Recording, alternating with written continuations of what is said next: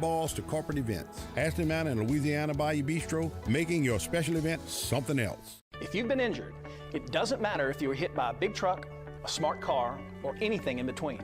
I'm Spencer Callahan. I'd like to help. Spencer Callahan is the one to see. Call 387-2323. LA 21-12671. Offices in Baton Rouge. WNXX, Jackson, KNXX, Donaldsonville, and WDGL HD2 Baton Rouge. This hour brought to you by Spencer Callahan Injury Lawyers. LA 21-12681. Offices in Baton Rouge.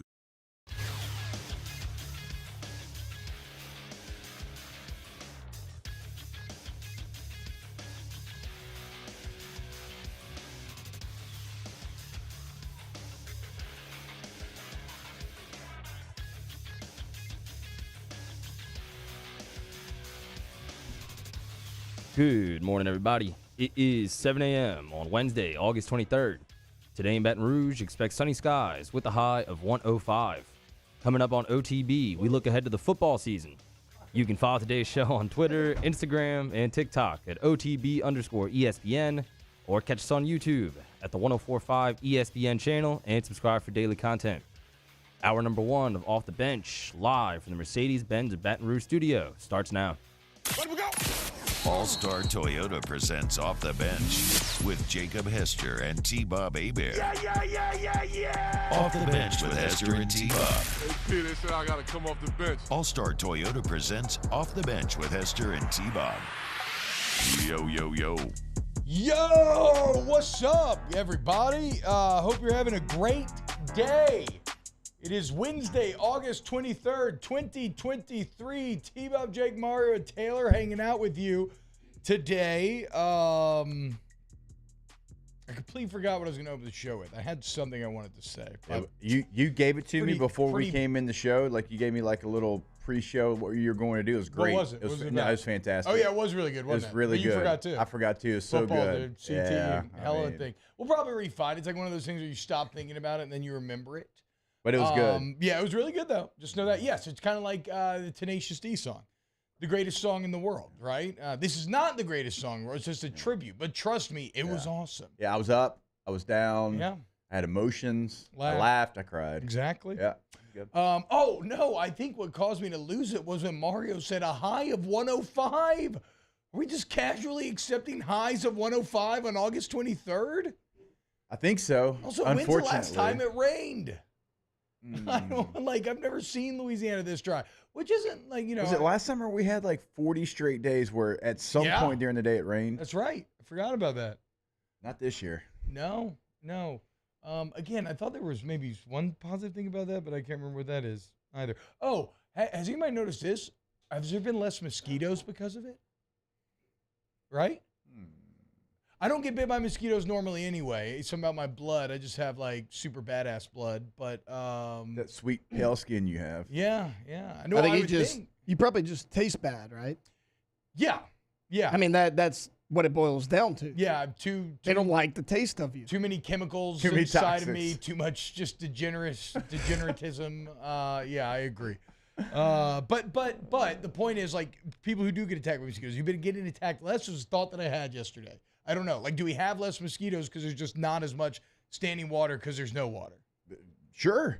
Yeah. You think? I mean, is anybody anecdotally? I don't know. That's true. I have a lot more wasps in my backyard. I noticed that. I keep killing them, and they keep coming back in bigger numbers. They're coming for you, brother. You got the raid spray, dude? Yes. Yeah. And a broom and a bat. I've tried many things. The spray's the best because it feels like you're launching like a Squirtle. You're doing like bubble beam or water gun or something and just knocking him out. I don't want to say how I really feel because I have way too much fun killing those things. They're so annoying.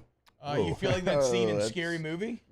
He's like the guy with the magnifying glass killing ants. Yeah. Yes. Yeah. Which, look, tracks.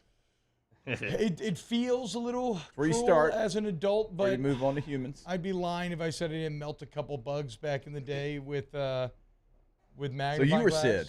I mean, I melted green army men, yes.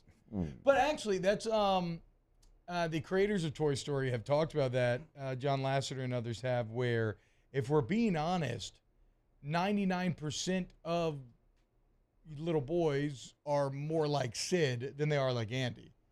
Like most little boys, smash toys, blow them up when they have fireworks, like figure out. You just play rough, play a little hard with him compared to Andy, who sought to take very good care of his toys. So unfortunately, yes, everybody wants to be Andy, but if you look in the mirror, you'll realize you're actually more Sid. Yeah, I didn't mean to hit you with truth this early on, but there you go. Boys, there's a link to the Brian Kelly presser in 7 o'clock, as well as a timestamp I want you to pull up if you want to go ahead and do that.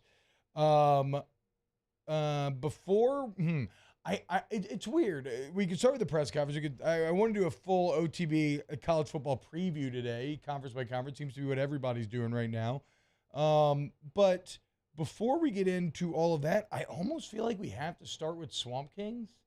It seems like it's what's getting the most chatter online right now.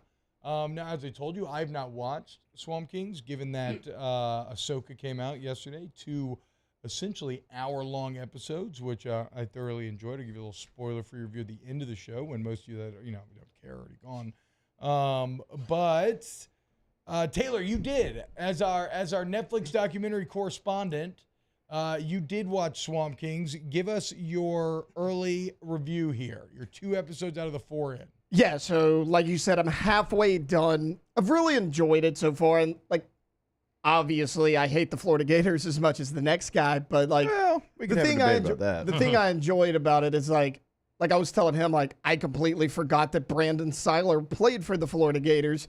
He was instrumental in helping Urban Meyer form that culture. It's like there's not the juicy off the field stuff that I was really looking forward to. It's more about the dynasty as a whole, but I mean, I'm enjoying it. It's kind of like my preview into the college football season. I was telling you before the show, if I was Chris Leak, I'd be feeling some type of way about this documentary. I mean, y'all broke down the numbers of him last week. Yeah. They made it look like he was a bum, that he's the reason that they lost in 2005. I mean, they were talking about it because Urban went 8-4 his first year at Florida.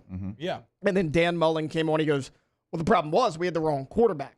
I mean, we had a guy that couldn't run. He held onto the ball too long. He was a pocket passer. It's not what Urban needed. Dan was riding Chris yesterday on snaps. Well, I didn't in see the that. documentary, probably trying to make up for it. In the documentary, not so much. And then they were like, Florida's all-time leading passer. But well, and then Urban was like, we got to go get the best quarterback we could find. This is the guy that's going to take us over the top.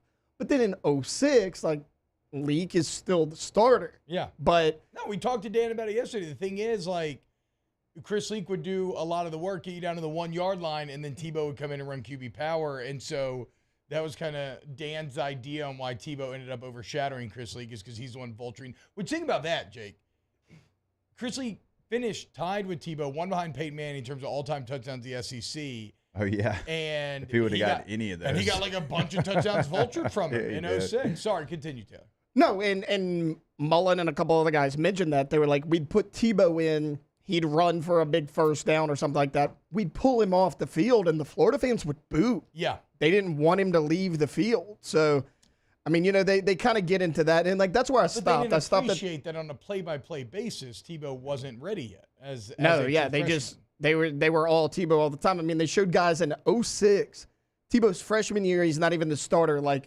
Guys in the student section, they're painted like Tebow. Yeah. Out in the student section as a freshman, and then it kind of gets into that recruiting class. Tebow was the first domino to fall.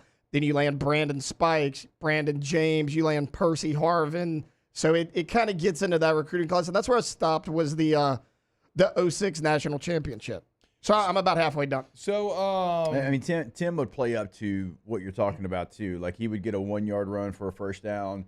He would come off gator chomping off the field, so the crowd wants him to stay in there. Yeah. I mean, you kind of played up to it a little bit as well. Yeah, for sure. Tebow was a showman, no doubt about it. Cell phone celebration. I mean, you have to be a showman. You can't be that good. Maybe unless you're like Barry Sanders and you just, that's your direction. Yeah. But for the most part, to be that good, you have to embrace that stage. Well, the thing I was telling you before the show, that was the most shocking to me. I had heard about we all kind of heard about it a little bit when Urban was there. Certain players may get a little bit of special attention and special privileges, but pretty cool, Jake. There was no secret about it. I mean, Brandon Seiler in the documentary said, he said, our first team dinner in 2006, he was like, me, Tebow, Percy Harvin, Brandon Spikes, all those guys. He said, we got to sit at a table. We each had our own waiter. We all got steak dinner. Rest of the team got hamburgers and hot dogs and had to serve themselves. And Urban stood up in the middle of that cafeteria and said, for those of you who think you're eating bad, it's because you're playing bad. And I'm not going to reward you for that. He goes, I'm going to treat my superstars like superstars. He said, if you want a seat at this table, show me that you deserve it. And he sat down. Yeah, look, I mean, that's just like, those are like military techniques, right? That's a technique that may sound shocking to some, but I think makes sense. It's not, there's no one pathway to success, but like, yeah, you want to get there. I mean, I was thinking about this. It's like, there's all kinds of little tips and tricks like that. Like when you're doing fourth quarter drills, you want to get white shirts. You don't want to be in a gray shirt, right? Like I was looking at my closet today and like one of my drawers is just stuffed with those Friday walkthrough shirts. And I'm like, why do I still have all these? They used to wear like the numbers are like chain gang shirts. I'm like, these are old. They don't fit me. Why do I have these? But it's because they kind of mean something because you had to earn them, even though they don't mean anything to anybody else. So, yeah, that's kind of in line with that kind of stuff. Here, okay, but Taylor's kind of bearing the lead a little bit here. But it does give you insight into what the rub is, which is this is a story, it appears, Swamp Kings, that is more simply about the creation and the success of this Florida empire and all the good parts of it, right? Unfortunately, this is a time of Florida's history that's also known for being like notoriously dark in some ways. I think it was over 40 arrests in one off season, and they don't get into any of it. Cruz Oxerider tweeting yesterday, missing storylines in the Swamp Kings. Cam Newton, Carlos Dunlap DUI before 09 SEC Championship, Aaron Hernandez, Pouncey Twins, Urban's heart attack, 2009 Sugar Bowl week, Zach Smith, Riley Cooper, Urban's wife and kids in Gainesville, life after Tebow. And so, again, it's not to say that there's not value there. Like, you can tell a positive story about that time and the creation of Florida. And if you're a Gators fan like Darren Heitner, who's a NAL lawyer that's a Gator grad, says Swamp Kings, fantastic if you're a Gator, unwatchable for everyone else. Like, if you want to learn how they created so much success, relive some of those positive Florida memories if you're a Gator fan, or even if you're not, just that time, like Taylor was talking about, like, I think the documentary accomplishes that. But if you go looking for like unvarnished truth or the dirt, apparently none of that is going to be in there. So like have your expectation in line. Otherwise, you're going to emerge on the other side of how a lot of people have, which is very frustrated. Yeah, because like me personally, I was like, yeah, I watched the games on the field. I've seen all that already. I want to get into the behind the scenes thing. I want to see how all this started. And it did, and that was a little disappointing. What I've liked so far, and I never thought I would say this, but I kind of like the story centering around Urban Meyer right now. I mean, he shows up in Florida, and, like, people didn't like him. I mean, they were like, yeah, you came from Utah. This is a big jump. And then he talks about in 06, Ohio State heavy favorites in that game. Yeah. They ran the opening kickoff back. It was Ted Ginn Jr., and, like, Urban was very blunt about it. He's like, I panicked. He's like, I was a young coach. I'd never been in that situation. I panicked. Brandon Seiler had to pull him to the side. What? And say, Coach, pick up your headset.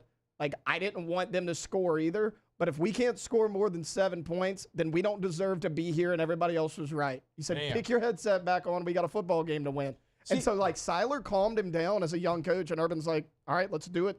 So there's cool, like, stories like that again, and I think it's okay to do that if you want. I do think, though, that they tried to have their cake and eat it too, Jake, where they kind of marketed this as like, find out what it was really like for the bad boys of the swamp. And now it's just kind of a glossed over, kind of, going over their run. Shined up look at the entire ordeal. Yeah, look, at full disclosure, last night, 9 o'clock at night, turn on Netflix, going around, and the preview came on, and I'm like, Kay's like, you gonna watch it? I was like, I don't know if I can take that much Florida. I don't know. I don't know if I can do it.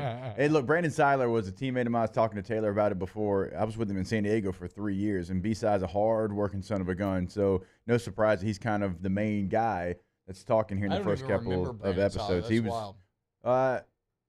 He would have been gone in 07. Yeah, he would have been gone. 06 was his last year. He was a good player. He played 4 or 5 years in the NFL as well. I was telling Taylor, too, like he would do anything he could to stay in the league. He was deep snapping, whatever it was, playing linebacker. So I haven't started it yet, But I did wake up to a bunch of texts and tweets. I'm like, what the heck's going on? Apparently, they talk about the 07 game in episode 3. So I don't know that I'm going to be tuning in, but Taylor, tonight, are you going to be tuning in to episode 3 and give us a little update? Well, I have to now. LSU won the game at 07. I got to watch it now. Actually, I got Molden to talk a little bit about the 5 fourth downs yesterday on snaps, and he was just like talking about sitting in the booth, just like, what? Like another one? Like, what the hell, man? Calm down. So the other thing that I would say on the doc as well is that the company that makes these, what's it called? Untold. Well, which is the thing, because like they've Which also made did the controversial Mansell thing, right? Yeah, well, they've made controversial ones in the past. They made the Tim Donaghy one about him betting on the NBA games that he was officiating. I mean, the difference is, well, I'm sorry, go ahead. They've done these type of things before where they've dug into the darker side. Right. I really thought they were going to do it here. But in Manziel, they didn't really dive into the darker side much yeah. either. Oh, yeah. I mean, some of it, but like they don't address any of like the current issues or anything in terms of like they his do hint that he's ongoing. still in a bad place at the end of it, though. It's kind of implied he's still going through the same issues. They talked to his sister, and they're like, he's in no place to hold down any job right now. Like, my family's keeping a close eye on him, that type of thing. And then, look, to Manziel's credit, he did a lot of things.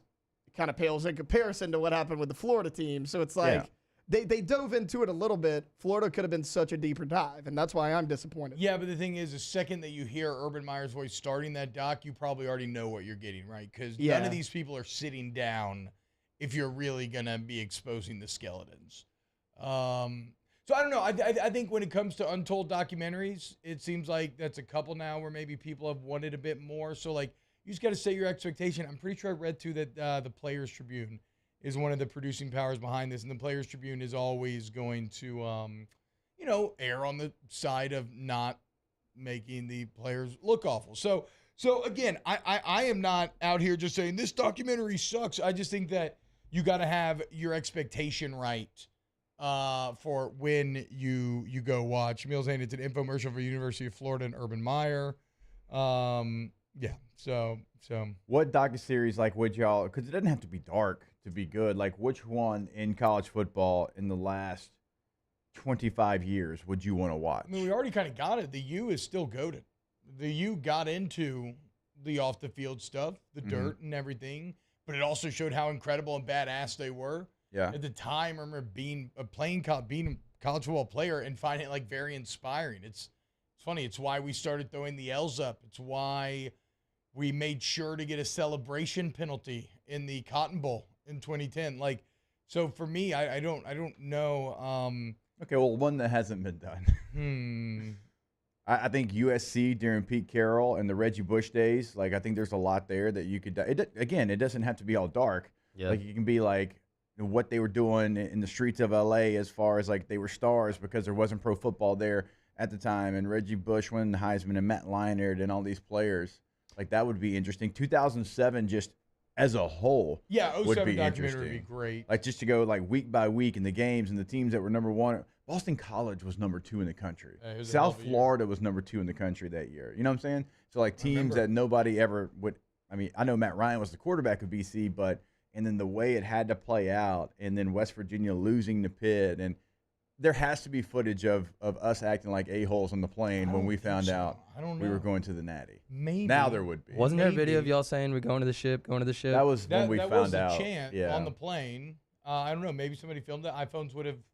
Yeah, first year of them. Yep, just because come Matt out. Flynn used to wear it on his belt clip. Yeah, he denies it. He let everybody know that Rich Boy, had an iPhone because I still had the old Windows, whatever that was, but he had it on a belt clip. Smartest thing I ever did was after I tore my ACL against South Carolina, as I was crutching around the field, my flip phone fell out my pocket, and I threw a pity party for myself to my parents the next day to get me an iPhone. I was like, just so depressed. I just tore my ACL. The only thing that's going to make me feel better is Steve Jobs' new badass phone that he just made. And hey, it worked out. I would still go. I would want. Oh, I mean, yeah. Look, the Ed Ogeron era at 2019 would be excellent for a documentary. I'd be into it, not just because of Cornhub, but I would be into some old school Nebraska stuff. I agree with exploring that. some of their there's some players that look like Latimer in that for sure. Right? Oh yeah. Duh. Yes, for sure, dude. I agree with Matt. All steroids and neck rolls. Yeah. You see my shirt. I mean, I love it. Every bit about it. What's going on tomorrow? The Saturdays in the South documentary is really good. Kind of corny at times, but really good as a whole. I agree with Matt in the chat. And again, corny's okay as long as you know what to expect. I just feel like they marketed Swamp Kings like, we're going to give you the dirt. Yeah. And then they didn't. And so it's created a lot of friction where people are like, F this. Whereas if, I don't know, maybe if it had been marketed like Saturdays in the South, then people would be like, okay, yeah, this makes more sense. All right. Yeah, Jesse McCormick, 2019-2020, Rise and Fall of the Swamp King. It's an epic tale. We only told the first half. But, yeah. When we get back, let's dive into Brian Kelly's press conference yesterday off the bench. Off the Bench with Hester and T-Bob. ESPN Baton Rouge, New Orleans, Alexandria, and 1130 The Tiger. Jake, I, after the show yesterday, got to go visit Community Steel over there in Gonzales, and I am blown away by what I saw. Look, first off, we keep talking about how Community Steel's local, right? The workplace environment they have created over there is so much fun. It's it's kind of ridiculous.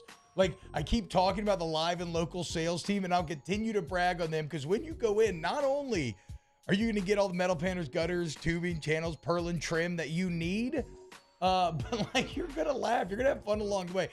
So there's a local touch here that is undeniable. They're expanding massively. One of the coolest things, let's say you want to buy like a full steel structure. It's like a walk-in home. You can go look at what you have, get a feel for it, and then just buy right there on the spot. They're the best. Community Steel at Gonzales. Go check them out. CommunitySteelCo.com.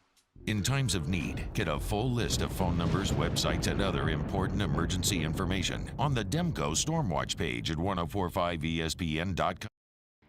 Bayou Ford has $8,000 off MSRP, plus 1.9% financing on new 23 Ford F-150 XLT trucks, along with Bayou Ford's 1 million mile warranty. The crew at Bayou Ford is going to do right by you.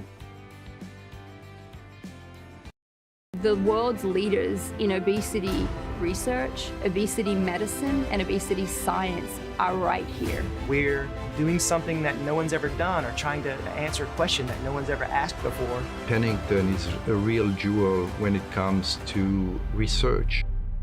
We are finding the solutions to the world's worst chronic disease, which is obesity. Louisiana needs Pennington Biomedical.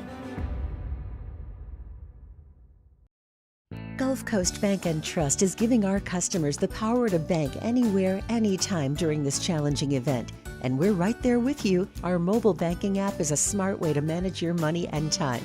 Gulf Coast Bank and Trust, the bank that cares about you. Gulf Coast Office Products is a nationally recognized Savin office equipment dealer based right here in Louisiana. Over 100 employees strong, Gulf Coast has the boots on the ground to support all vertical markets from education, engineering, legal, and finance. With the latest in office technology from desktop to production segment units, Gulf Coast and Savin have the perfect fit for you. Call 225-756-2644. That's 756-2644 for Gulf Coast Office Products. There it is, the extra mile, on the border of expected and extraordinary for those willing to go further, like vans customized for work or play, with safety and tech to keep you connected, supported by a 5-star sales, service, and finance team, and backed by the 1-star you know. So go the extra mile. It's never crowded, because so few have what it takes to go there. Mercedes-Benz Vans. I've been doing business with Luba for 25 years. They're dependable, trustworthy. It's just the attention to detail with our clients. Our folks have years and years of experience. They're highly trained professionals, but many companies have that asset. What I'd like to think makes Luba a bit different is that we use those talents in a way that truly is dedicated to serving the needs of the folks who depend on us.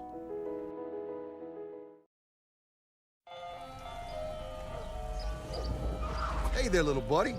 What's the matter? What's the matter? My windows, siding, and my door. That's what's the matter. Relief Windows can fix all of that. I got you. Pop, pop. What's up? Oh my gosh, look! Curb appeal. That's a good looking. Join me for a Wednesday edition of the Hunt Palmer Show. It's a What If Wednesday. We'll hear from J.D. Piquel from On3 Sports, as well as Brian Kelly and Dennis Allen.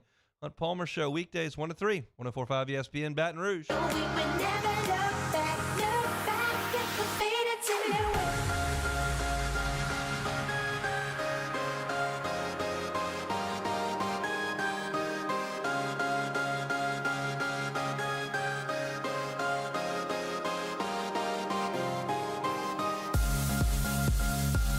All-Star Toyota presents Off the Bench with Hester and T-Bob. ESPN Baton Rouge, New Orleans, Alexandria, and 1130 The Tiger. Yo, sorry, I got so caught up in talking about the community at Community Steel. I didn't give you that number. 225-647-2020, 647-2020. All your tube and purlin, everything else, it's all there for you. I love the way you say purlin. I don't know how else to say it. I know, I love it. I know what it is, too, after the tour yesterday. It's like they're pieces, 4 buildings, but like, I don't know. It's one of those words where if you're just hearing it and you don't know anything about steel or construction, like I don't know that you would know what it is either. But it's inherently, it's one of the most inherently country words I've ever heard. Yeah, fantastic. Purlin. Yep. I mean, it's Purlin, right? How else do you supposed to say it?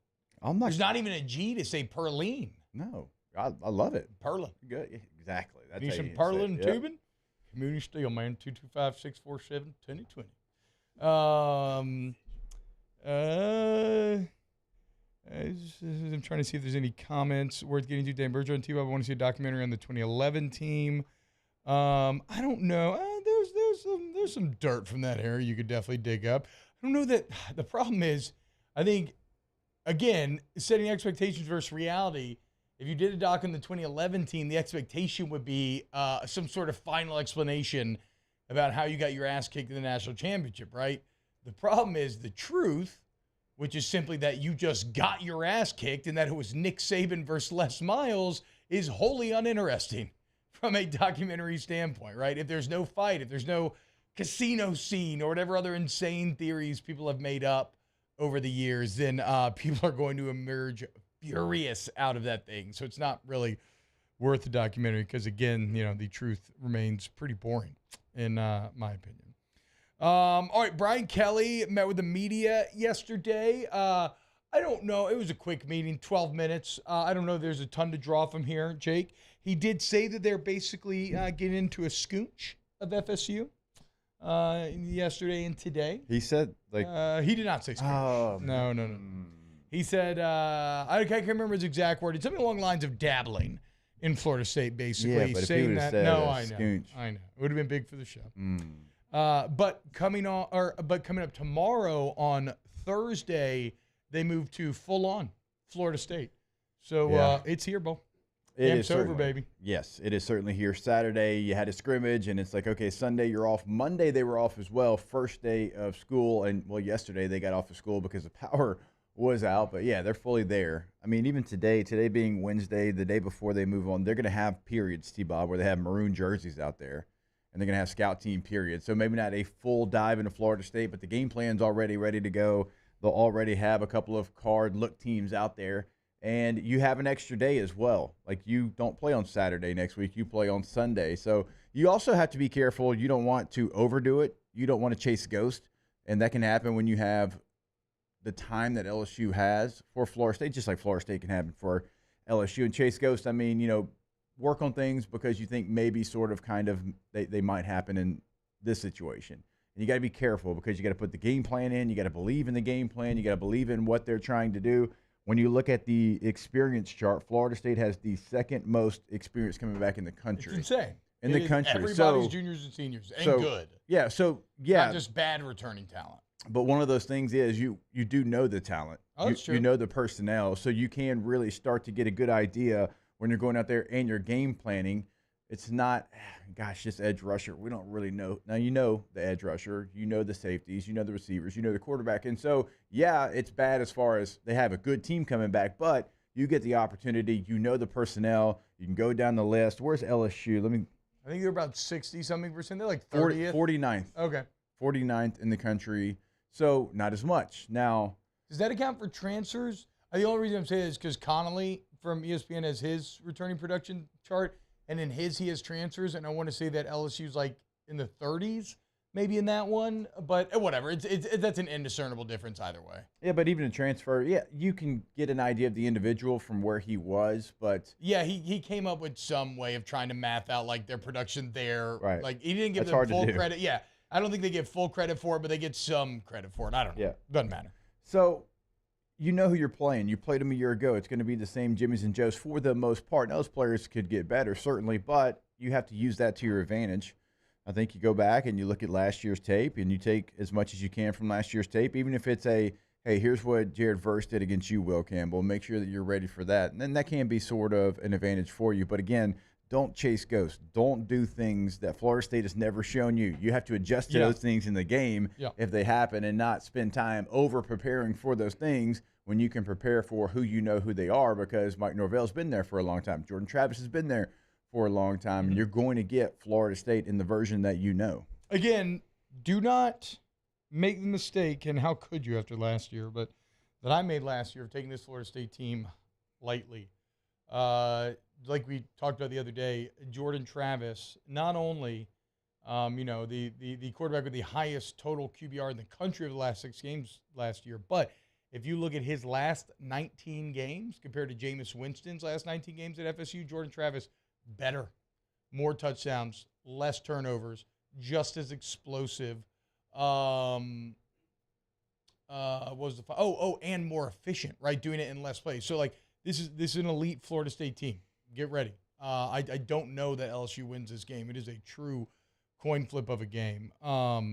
Okay, but go ahead. Well, I was just going to say, I know we're going to get into conferences later and maybe do a around the room type deal, who we like in each conference. Florida State is everything that you just said, but it is interesting right now how they are getting the benefit of the doubt over Clemson. When Clemson still won the ACC, they've won it every year outside of the year Pitt won it in recent memory, and they beat up on Florida State last year. That game was not as close as the final score said. So to be clear, I would say, because they play early, right? I think they play like week 4 or something this year again. Week 4, and it's at Clemson. Last year, Clemson got out to a big lead. Florida State made a comeback there at the end. So the score looks a little bit different than actually the flow of the game. Well, and also Florida State's a team that really was bad at first. Like they came on late, right? So lost 3 games in a row. I would say the same thing if LSU and Clemson were playing. That it's a coin flip. Like Florida State and Clemson to me are a coin flip. Both capable of winning the AC, both capable of being in the playoffs. I just don't know which one's going to emerge.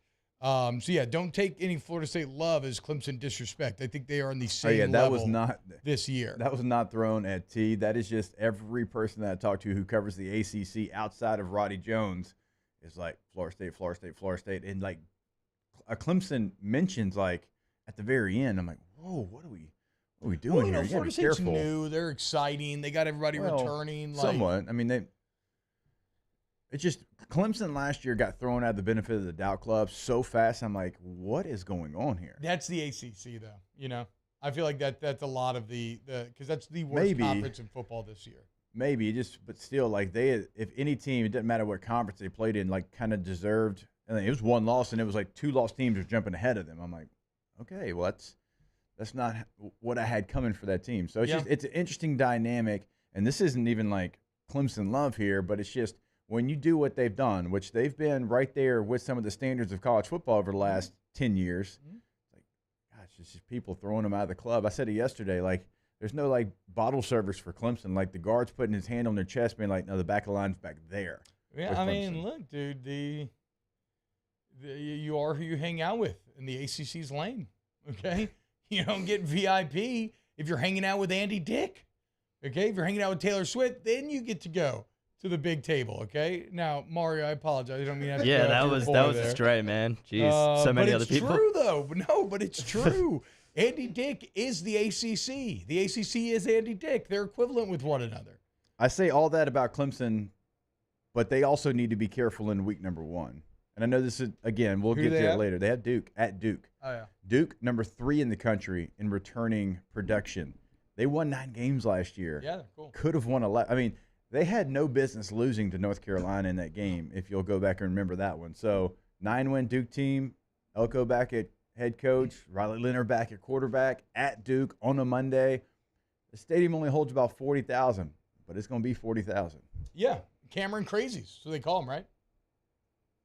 No.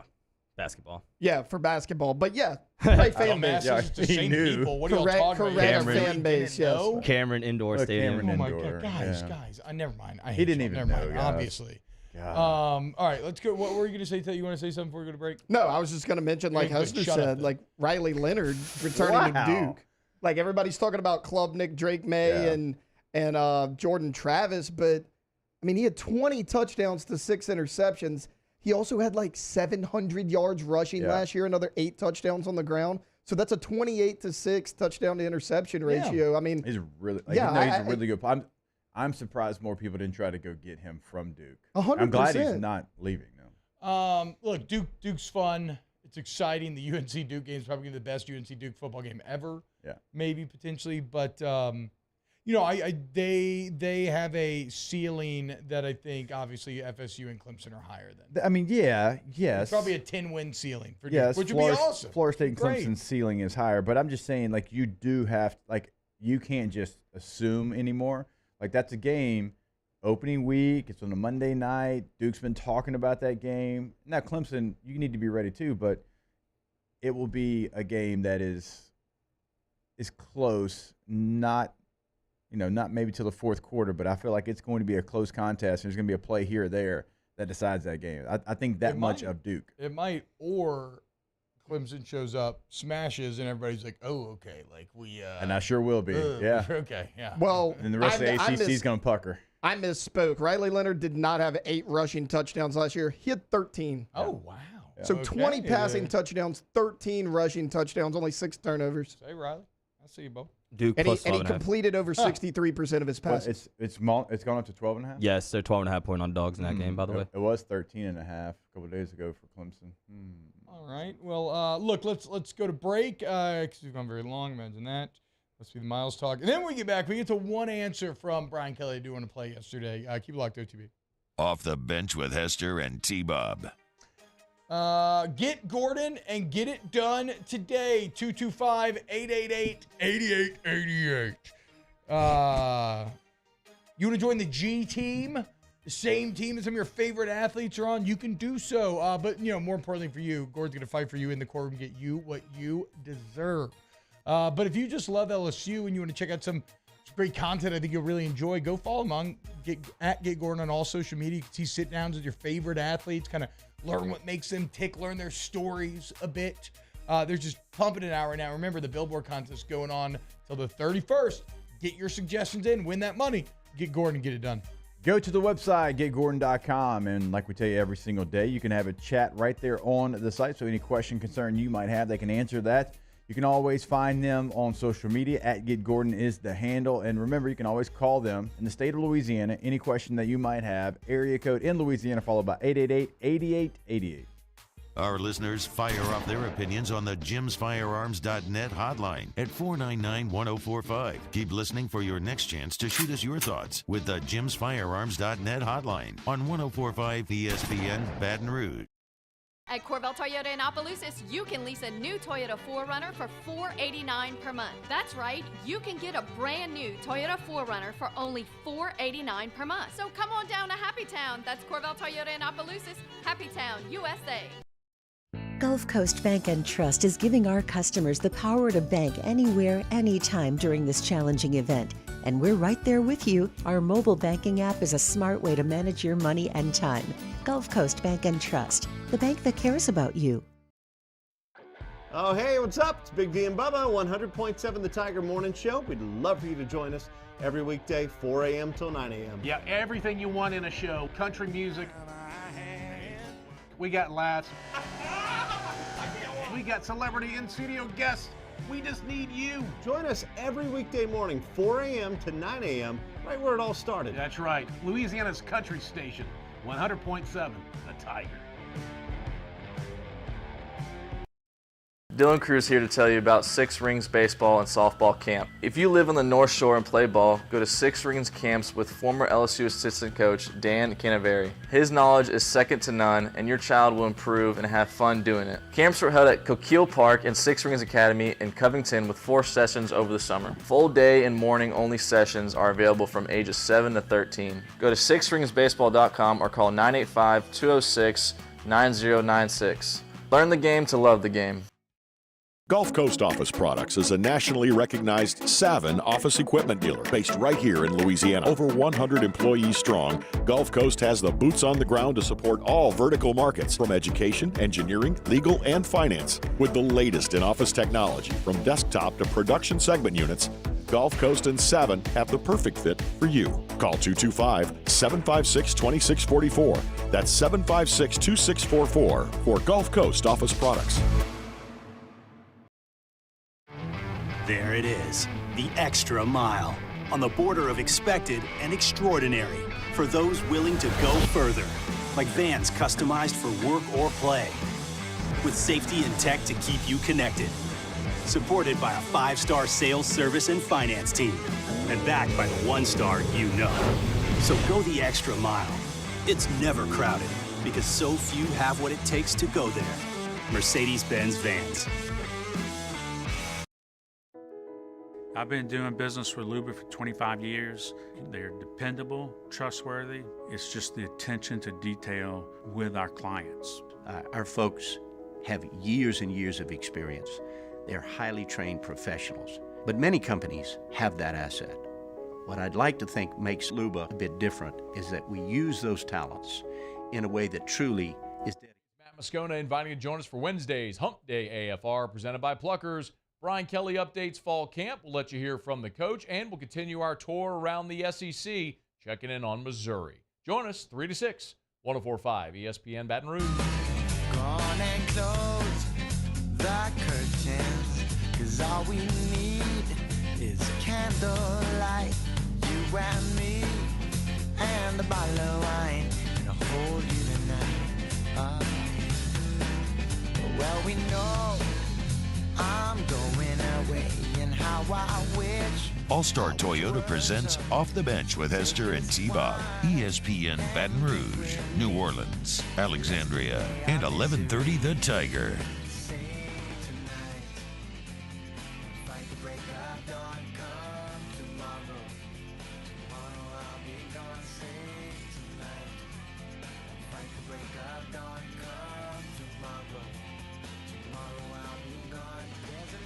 Yo, what's happening, y'all? Welcome back to OTB. Let's go to Brian Kelly's press conference yesterday, Jake. He was asked a question about the player that everybody cares about, probably because of his number, and that's number 53, Zalance Hurd. He was asked about Zalance maybe moving into a starting role. Here's what Brian Kelly had to say. Well, he certainly has developed, just the understanding of the offense in itself, from terminology to technique to, it's college football. He's going to, there are guys he went against last year that, quite frankly, there was mismatches, maybe 80% of the time, 90% of the time, maybe 99% of the time. So now he's going up against Savion Jones, and he's going up against some pretty impressive football players. So that's a whole new thing for him to deal with. So the rigors of that, right? Each and every day. So he's going through a lot of that. But is he pushing for a starting position? He's a guy that, we're giving, reps to. We got to find the best 5 guys. And then the next is the 6th and 7th. So he's in the mix, and he's out there competing hard. Very interesting there. If you haven't seen Zalance Hurd, he already looks like a man, right? So that would explain the 99% of the time mismatches in high school. But, Jake, if you're just looking at ceiling, your best 5 probably is with Will Campbell, Zalance Hurd, and Emory Jones all on the field at the same time. And I don't know, maybe Frazier's the odd man out in that case. It feels a little high stakes for the FSU game to put him in that spot, but I wouldn't be surprised if through the year that starts to develop a bit. So something like that, and listening to that kind of tells me a couple of different things. Like, yeah, he is pushing, but also if you had a guard get hurt, you would be okay moving Emory Jones down to guard and him to tackle, and not bring in a guard and leave Emory Jones to tackle. And that's nothing that Emory Jones has done at tackle or hasn't done at tackle. That feels like, hey, we want you to be the first guy up, and we can slot Jones down to guard because he's done it before in his career. That's what we thought his career was going to look like. He's more natural at LSU. He's I would agree with that. Guard, and he's just talented enough where he could kick out and play tackle at a very, very high level. And so I think that tells you that as well. So if you have an injury on the offensive line, he would be the first guy in, regardless maybe of position. If it was one of the tackles, he's in. If it's one of the guards, he's in. And then here comes Emory Jones kicking down. Bump over Dellinger, and so he's still in. Jones at guard, and then him at tackle. So he feels like he's the first guy up. And, you know, in the NFL, you have to have that guy as well. You got to have a swing tackle, a guy that can play guard, a guy that can play all kind of different positions, and that's how you make the team because you bring a lot of value. But here in college football, you don't have to have that situation. But when you have a guy like Emory Jones who can be very versatile, it's a luxury to have because, okay, hey, you're a really, really good tackle. Make no mistake about it. You are an all-conference type tackle. Maybe not first team, but you're that kind of tackle, but you also can help us at guard, and we have this other tackle that we feel like would be better than any guard that we could bring in. And so that's still, impressive. He's still impressing. And Will Campbell was somebody last year that did this. Emory Jones did this. You just don't see this all the time. And let's call it like it is. There's not a long lineage of great offensive linemen, NFL offensive linemen, I should say. That's disrespectful. No, I did not right. NFL You don't need to qualify. defensive offensive linemen in the last 25 years. We can spout the names off pretty quick. So the fact that they're bringing in guys that can play in the SEC as true freshmen and at the level that they played at last year kind of tells you how much different it has been at that position than the last 25 years. When we get back, let's wrap up hour number 1 of OTB. Off the Bench with Hester and T-Bob. We always love to celebrate new partners on the show, and that's why we are so excited to be partnering with K to Z Window Coverings. Look, man, if you need any custom blinds, window shades, plantation shutters, anything, right? You want those automatic shades, what is it going to be, 105, you said? Keep that heat out. Press a button, have your shades lower, maybe cover a little outdoor air. The bottom line, K to Z has you covered. Jake, they're going to be doing some work at your house, huh? Yes, and I cannot wait until the final product is done because I've got the perfect area, and you probably do as well. It is about to be football season. We know that. So if you want to fire that outdoor TV up and you want to have the grill, you want to have all these things going in your outdoor space, well, you have these motorized shades that can come down. T-Bob said it. You push a button, it comes down, it blocks out the sun, keeps the bugs out, and you can sit out there comfortably outside here in South Louisiana and watch that game. Go to their website today, k2zblinds.com. In times of need, get a full list of phone numbers, websites, and other important emergency information on the Demco Stormwatch page at 1045espn.com.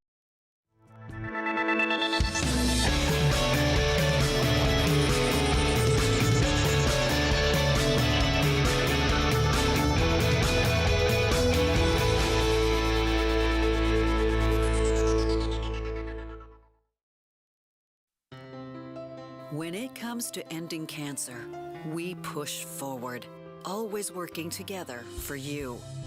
That's why our cancer experts at Ochsner have clinically integrated with MD Anderson Cancer Center.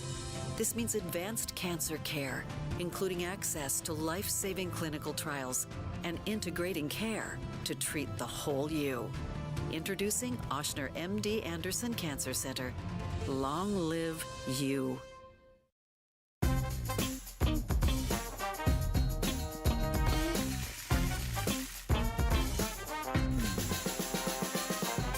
The best kept secret in town is out. Discover Tallulah at the Renaissance Hotel on Bluebonnet.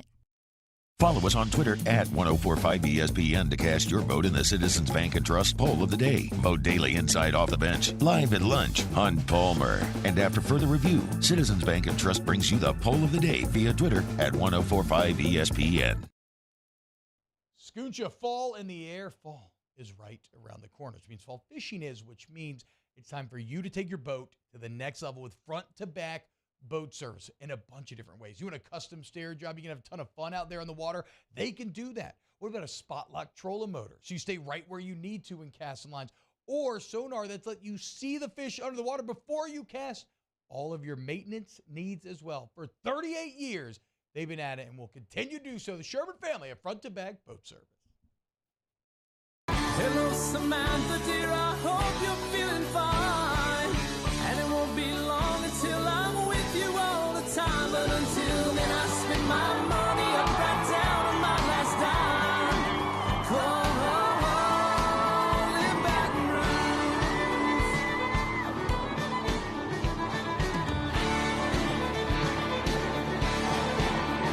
Operator, what you put me on through? Gotta send my love down to Dylan Cruz here to tell you about Six Rings Baseball and Softball Camp. If you live on the North Shore and play ball, go to Six Rings Camps with former LSU assistant coach Dan Canaveri. His knowledge is second to none, and your child will improve and have fun doing it. Camps were held at Coquille Park and Six Rings Academy in Covington with 4 sessions over the summer. Full day and morning only sessions are available from ages 7 to 13. Go to sixringsbaseball.com or call 985-206-9096. Learn the game to love the game. Gulf Coast Office Products is a nationally recognized Savin office equipment dealer based right here in Louisiana. Sandegriff, join us for the Wednesday edition of Live at Lunch from Roca Pizzeria on Government Street. Scott Rabelais is with us. Wes Reynolds from Beeson and professional handicapper Randy McKay. Live at Lunch, 11 a.m. weekdays on 104.5 ESPN Baton Rouge.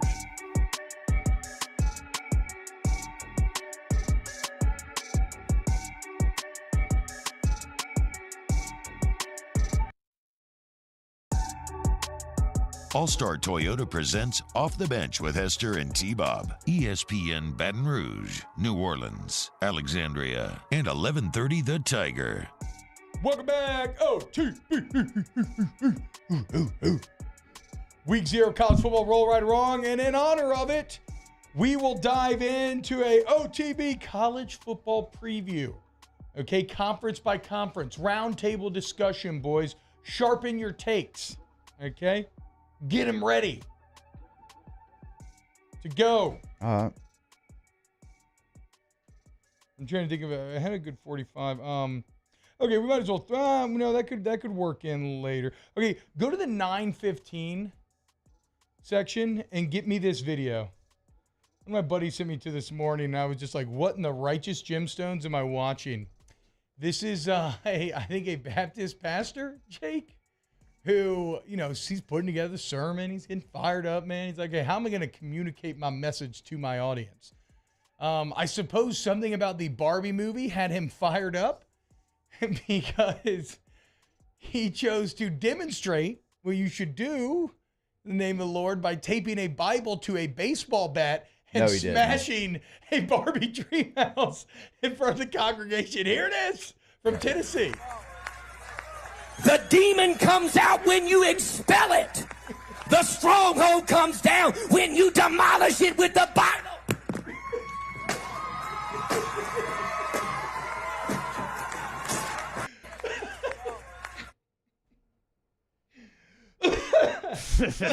Oh man, that is hey, he demolished it with the Bible, dude. F that dream house, man. Everything it stands for. I couldn't even understand what he was saying. The demon. I mean, that is some pure pastor voice right there, though. I wonder what the big man upstairs is thinking. Is he just like, bro, you gotta chill, dude. Yeah. I mean, we have lost the plot here. Yeah, dude, I think you're doing entirely too much right now. Like, why is there duct tape on that Bible? Just because it's, you know what it is? It's like the ultimate God. It's like football coach motivation, right? Wasn't it like Mike Zimmer, who a few years ago had like a bunch of like stuffed animal lions like beheaded and put fake blood on him and had him strewn around the locker room because it was something about like fat cats get killed or something along those lines. Like, nobody loves a just on the nose metaphorical motivation as much as a head football coach does, or as much as a Southern pastor does. I haven't seen Barbie yet, so I don't know what's triggering him so badly there, but something about Barbie got my man's fired up. So fired up, he duct taped a Bible to a and metal bat. And Daniel, you're exactly right. I thought you weren't supposed to use the Bible as a weapon. You're not.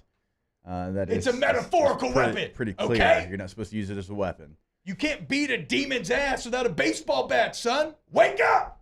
Bah! Makes me want to get... Somebody's Barbie dream house got destroyed too. Hey, it had a pretty good crowd pop though. The people were loving it. Although I wonder, like, all the little girls were they like, "Oh man, yeah, what the heck, man?" His daughter probably like, "Dad, that's mine." What? Yeah, I would have like, "Sorry, baby, can't do it anymore. Thanks to that Greta Gerwig." Every year, something more ridiculous people are mad over. Man. I know, dude. I just can't imagine walking through life that angry about. Like, I'll never forget a guy went on a rant in a restaurant to me about Mr. Potato Head, and I honestly forgot like what the nuance of it was, but he was mad about. I remember Wait, telling us I about remember this. this because we talked about it on the show. It was something like, did it just become Potato Head, or maybe they got rid of the Mr. and Mrs. or something? Yeah. I can't remember. Yeah. I don't even know. People were like freaking out about it. It's like the mermaid casting stuff. I'm like, guys, hey, it's a mermaid. What are we talking about? It's not even a human. Why are you saying? I can't handle it, dude. Katie and Harlow watched that yesterday. They come out singing all the songs for the next 3 hours.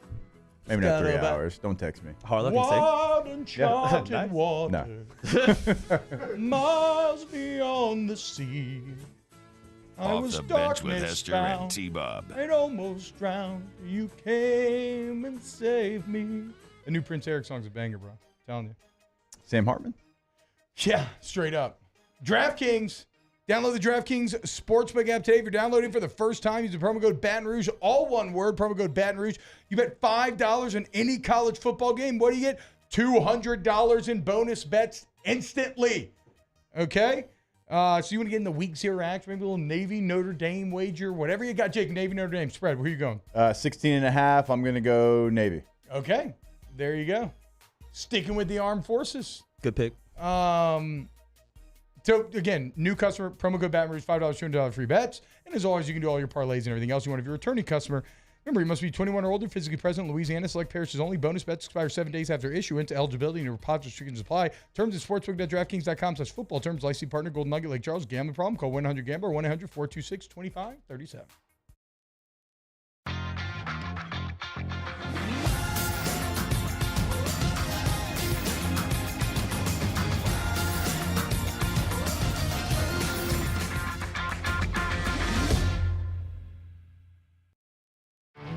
There it is, the extra mile.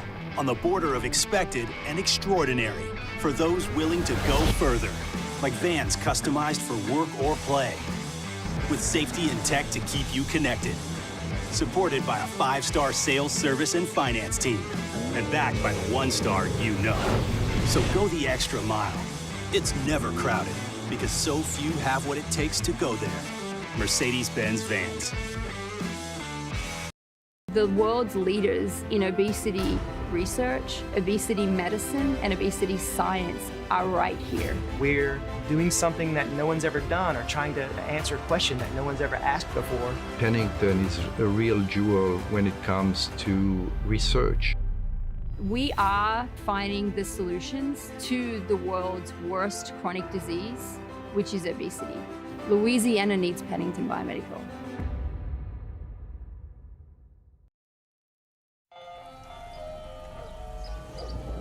Hey there, little buddy.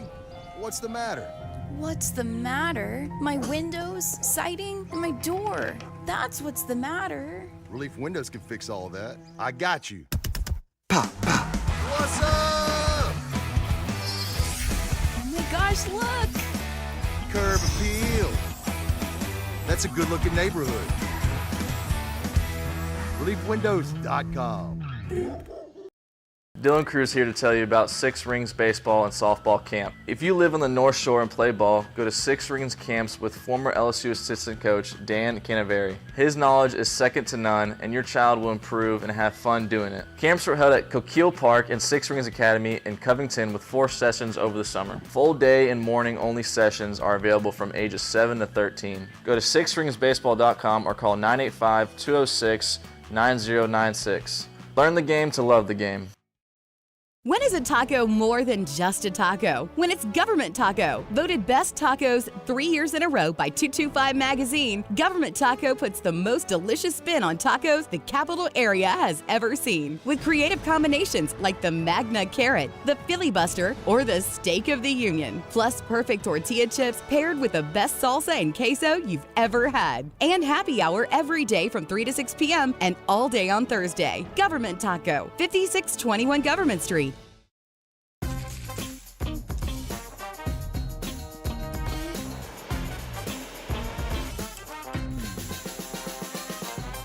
The best kept secret in town is out. Discover Tallulah at the Renaissance Hotel on Bluebonnet.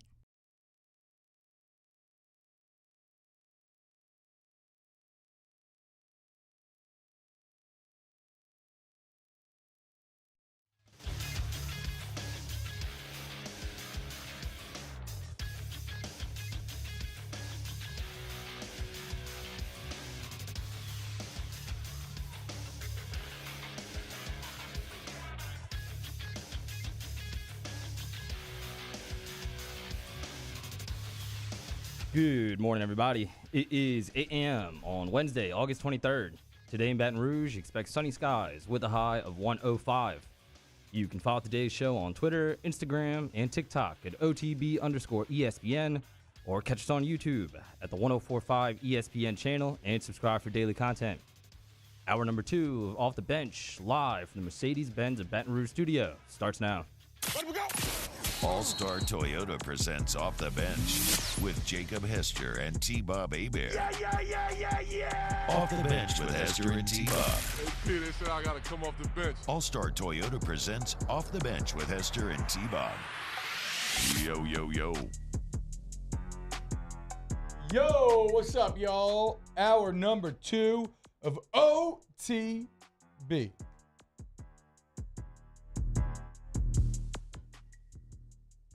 Let's talk about, so college football starting up this weekend. Everybody's doing their college football conference preview. So I figured this hour we should as well do a little round table.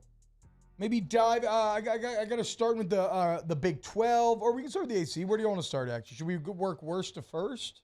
We can go in alphabetical order. ACC. Okay, ACC at first. Well, I mean, I don't know. I thought you meant the AAC.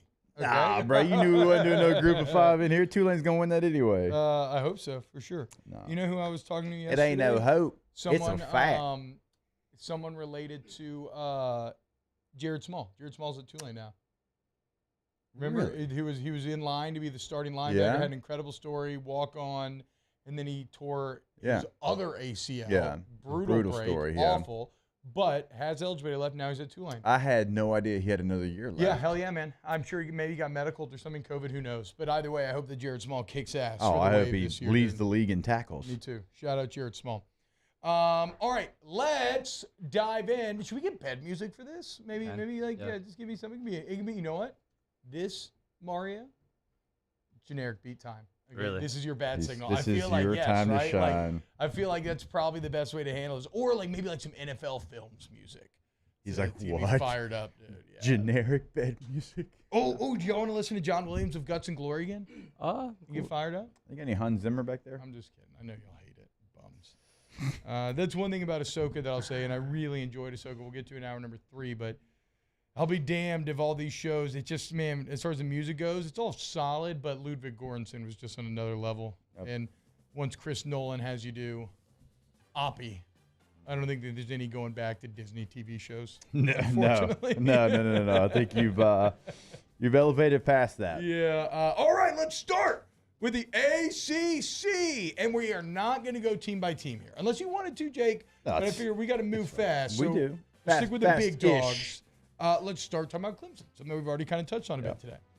I am higher on Clemson than I think most. I think the move to bring Garrett Riley in as your offensive coordinator was a massive move by Dabo, not only because of his coaching ability, but because Dabo was loyal to a fault to his staff in the past, certainly offensive staff. Now, in the past, he brought in Brent Venables and other guys, but then he got away from that. He didn't bring people in. He just hired from within. And look, if loyal to a fault is your worst quality, there's worse things to have. But in college football, sometimes that gets you in trouble. He went outside. He got the name in the offensive coordinator game. Yep. He brings in Garrett Riley. Cade Klubnik wasn't great last year, but he is very talented. And I think Will Shipley is one of the most underrated players in college football. I think Garrett Riley unlocks, and we're talking about the running back here, I think he unlocks him even farther than he's been in the past. I think that ceiling is gone up for Will Shipley. I think when you look at, I think he had right at 1,200 yards. I'm thinking he goes total yards like 1,700 this year between what he can do in the receiving game and running the football. So I'm high on Clemson. I like Clemson to win the league. So, Jake, I'm going to read my notes verbatim here. I don't think they fall. I think Clemson's going to be great. Still the big dog. Lead the way with 7 players on the All-ACC first team.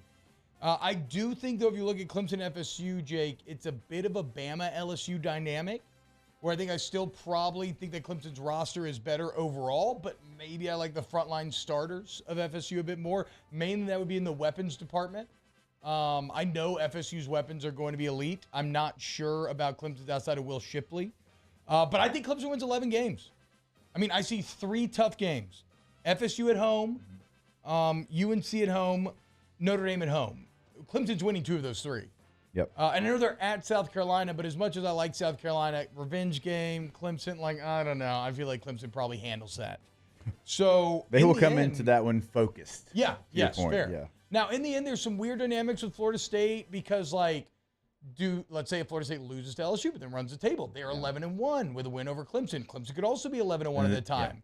So the most interesting. And they get a chance to play each other again. Yeah. Oh, yeah. And the ACC, there you go. Yeah. So the most interesting question to me would be, does an 11-1 or does a 1-loss ACC champ make it? But yeah, I think Clemson wins 11 games, and I don't think that's I think it's just, what's going to happen. Yeah, I mean, I'm not going to argue. I think Florida State is right there. So don't take me taking up for Clemson as Florida State disrespect. I think Florida State, it will be right there, and they'll have an opportunity. They might beat Clemson week 4, and then they get a rematch. I just don't think they can beat them twice more than I think Florida State could lose to Clemson twice. I think Clemson last year, you watched that game, they still have the mental and physical edge on that team. So Florida State's going to be damn good, and they got a chance to make a run. Right now, to your point, it's like 1A, 1B, and Clemson's going to be 1A for me. Boys, Clemson thoughts? Yeah, I like Clemson. I thought they stuck with DJU a little bit too long last year. New quarterback got to get his feet wet. Now he can come in and build off of what he did. Shipley's a beast. I agree with you guys, but that week 4 game against FSU is going to be a lot of fun. Front 7's going to be some dogs for Clemson as well. Yeah. Go ahead, Tim. No, I mean, I hate to go chalk here, but Clemson's going to win this league, barring something unforeseen, in my opinion. Look, we talk about Will Shipley. He's certainly going to be great, but the guy behind him, Phil Maffa, last year when Will Shipley went down, he ran the ball really hard. And like Jake said, Shipley could catch the ball a little bit. You could do some things with maybe a dual running back. Last year, Antonio Williams, freshman wide receiver for Clemson, did some really nice things as well. A little undersized, but got a lot of speed. I think Klubnik's going to take a big step forward. I'm very high on him. Thought he should have got a lot more playing time last year. I think Clemson's going to be really good. What about a team, T-Bob, outside of Clemson and Florida State in the ACC that you like? I want to say Duke here. Duke. Oh, sorry, go ahead. But in my heart of hearts, I think I would have Duke 4th. And I think I got to go Pitt number 3.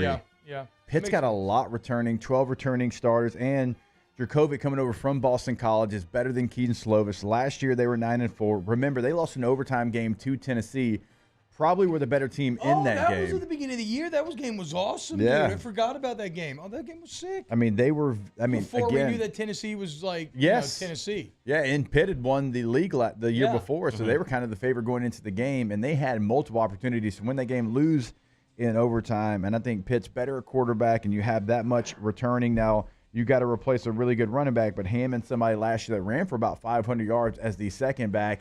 Pitt's a team, and also – when you look at their schedule, they avoid Clemson and get Florida State at home. So that's about as best set up as you possibly could try to get if you don't have to play one of them and you get the other one at home. Look, I think FSU ends up winning the ACC. Maybe they lose week 4 and then win in the championship. But I'm a Florida State believer. I'm honestly getting worried about LSU going into this game. I don't care that LSU's a slight favorite. It's a very complete FSU team, as is LSU. I mean, it's a true battle of titans, right? But I believe in Jordan Travis, and as much as I like Cade Klubnik, I know Jordan Travis, and he's been great. So, and then like whatever you like surprise teams, like you said. I mean, I do find what's their name to be interesting. What's their name? Yeah, they're looking strong. Duke. Oh, Duke. Just like can you build off of last year? Whatever. I'm not going to pretend like I know a ton about Duke going in this year. Let's talk Notre Dame real quick here, since they're kind of pseudo ACC and there's no other place to talk about them. Yeah, we're not going to go to the Independence with them in UConn. At Notre Dame's year last year, and understand it might be the weirdest year I've ever seen. Yeah, I agree. And there's such a wild card going into this season because of it. But you start 0-2, where you look great against Ohio State, respectable. Yeah. Then you get your ass beat by Marshall and South Bend, awful. Then you finish 9-2 with a game where you dominate Clemson. Yep. Within that 9-2, you lose to Stanford, who was awful. So, like, I have no idea. Notre Dame's so up and down last season. I'm not that worried about losing Tommy Rees because you get Sam Hartman. Like, I know the defense should be great under Freeman. The problem for Notre Dame is their schedule. Ohio State, USC, and at Clemson. I think they probably lose all 3. Maybe they win 2, or maybe they lose 2 of 3 and win 1. But then you probably still, like, I think 9-3 feels like the year that Notre Dame's going to have. They play number 3, number 6, and number 9 teams in the preseason in the country. That is going to be brutal for any team.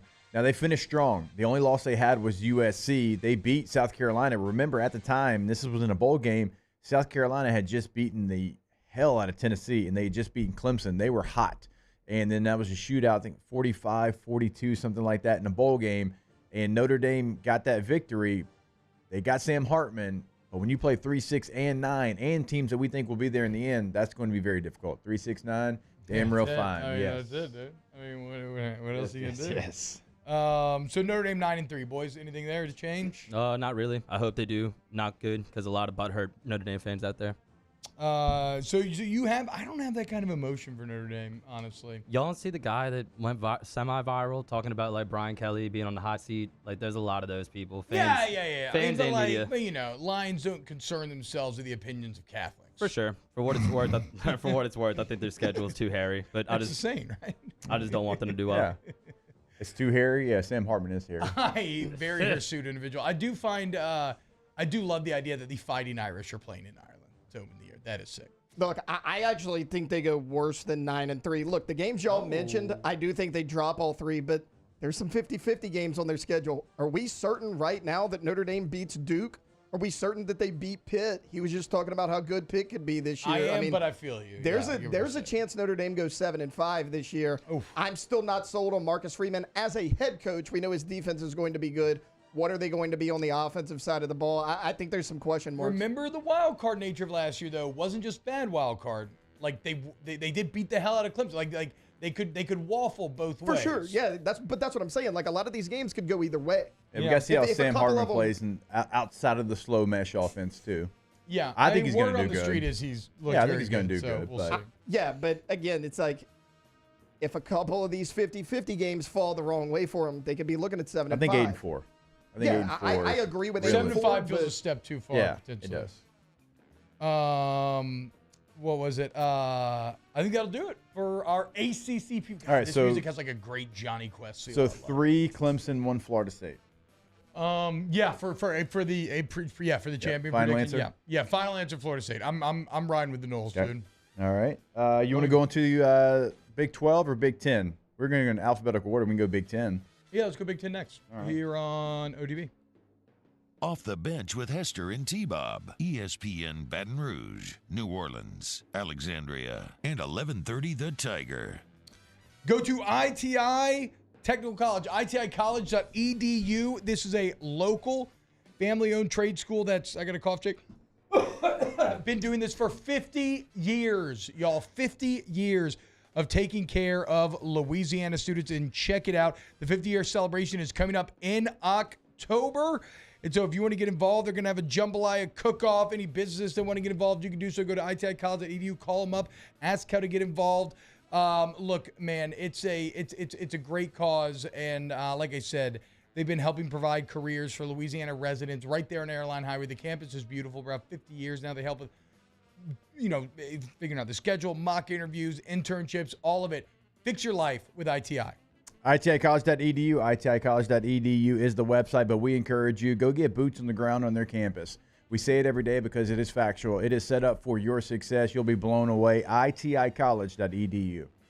Our listeners fire off their opinions on the jimsfirearms.net hotline at 499-1045. Keep listening for your next chance to shoot us your thoughts with the jimsfirearms.net hotline on 1045 ESPN Baton Rouge.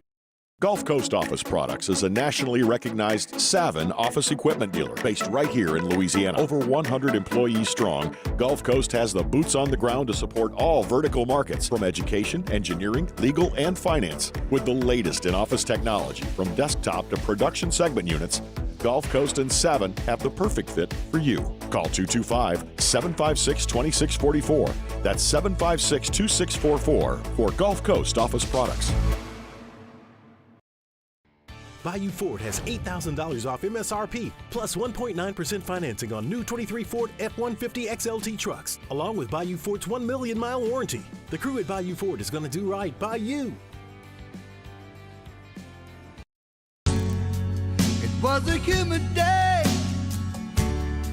barefoot children play, looking for that summer shade. Time just slips away. Oh, Louisiana, some kind of hold on me. Like cypress stumps, your roots are planted deep inside of me.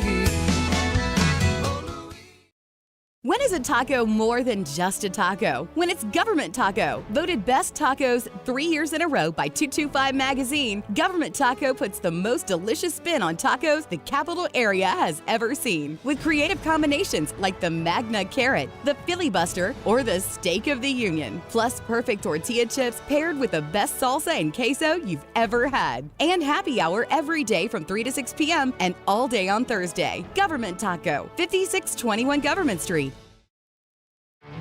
There it is, the extra mile, on the border of expected and extraordinary, for those willing to go further, like vans customized for work or play, with safety and tech to keep you connected, supported by a 5-star sales, service, and finance team, and backed by the 1-star you know.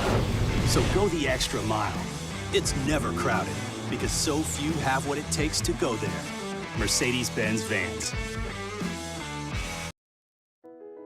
I've been doing business with Luba for 25 years. They're dependable, trustworthy. It's just the attention to detail with our clients. Our folks have years and years of experience. They're highly trained professionals, but many companies have that asset. What I'd like to think makes Luba a bit different is that we use those talents in a way that truly is dedicated to serving the needs of the folks who depend on us. Follow us on Twitter at 1045ESPN to cast your vote in the Citizens Bank and Trust poll of the day. Vote daily inside Off the Bench, live at lunch, Hunt Palmer. And after further review. Join me for a Wednesday edition of the Hunt Palmer Show. It's a What If Wednesday. We'll hear from J.D. Piquel from On3 Sports, as well as Brian Kelly and Dennis Allen. Hunt Palmer Show, weekdays 1 to 3, 1045 ESPN Baton Rouge.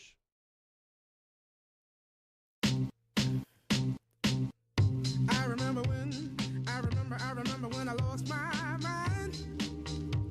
There was something so pleasant about that place. Even your emotions have an echo in so much space. And when you're out there without care, yeah, I was out of touch. But it wasn't because I didn't know enough. I just knew too much.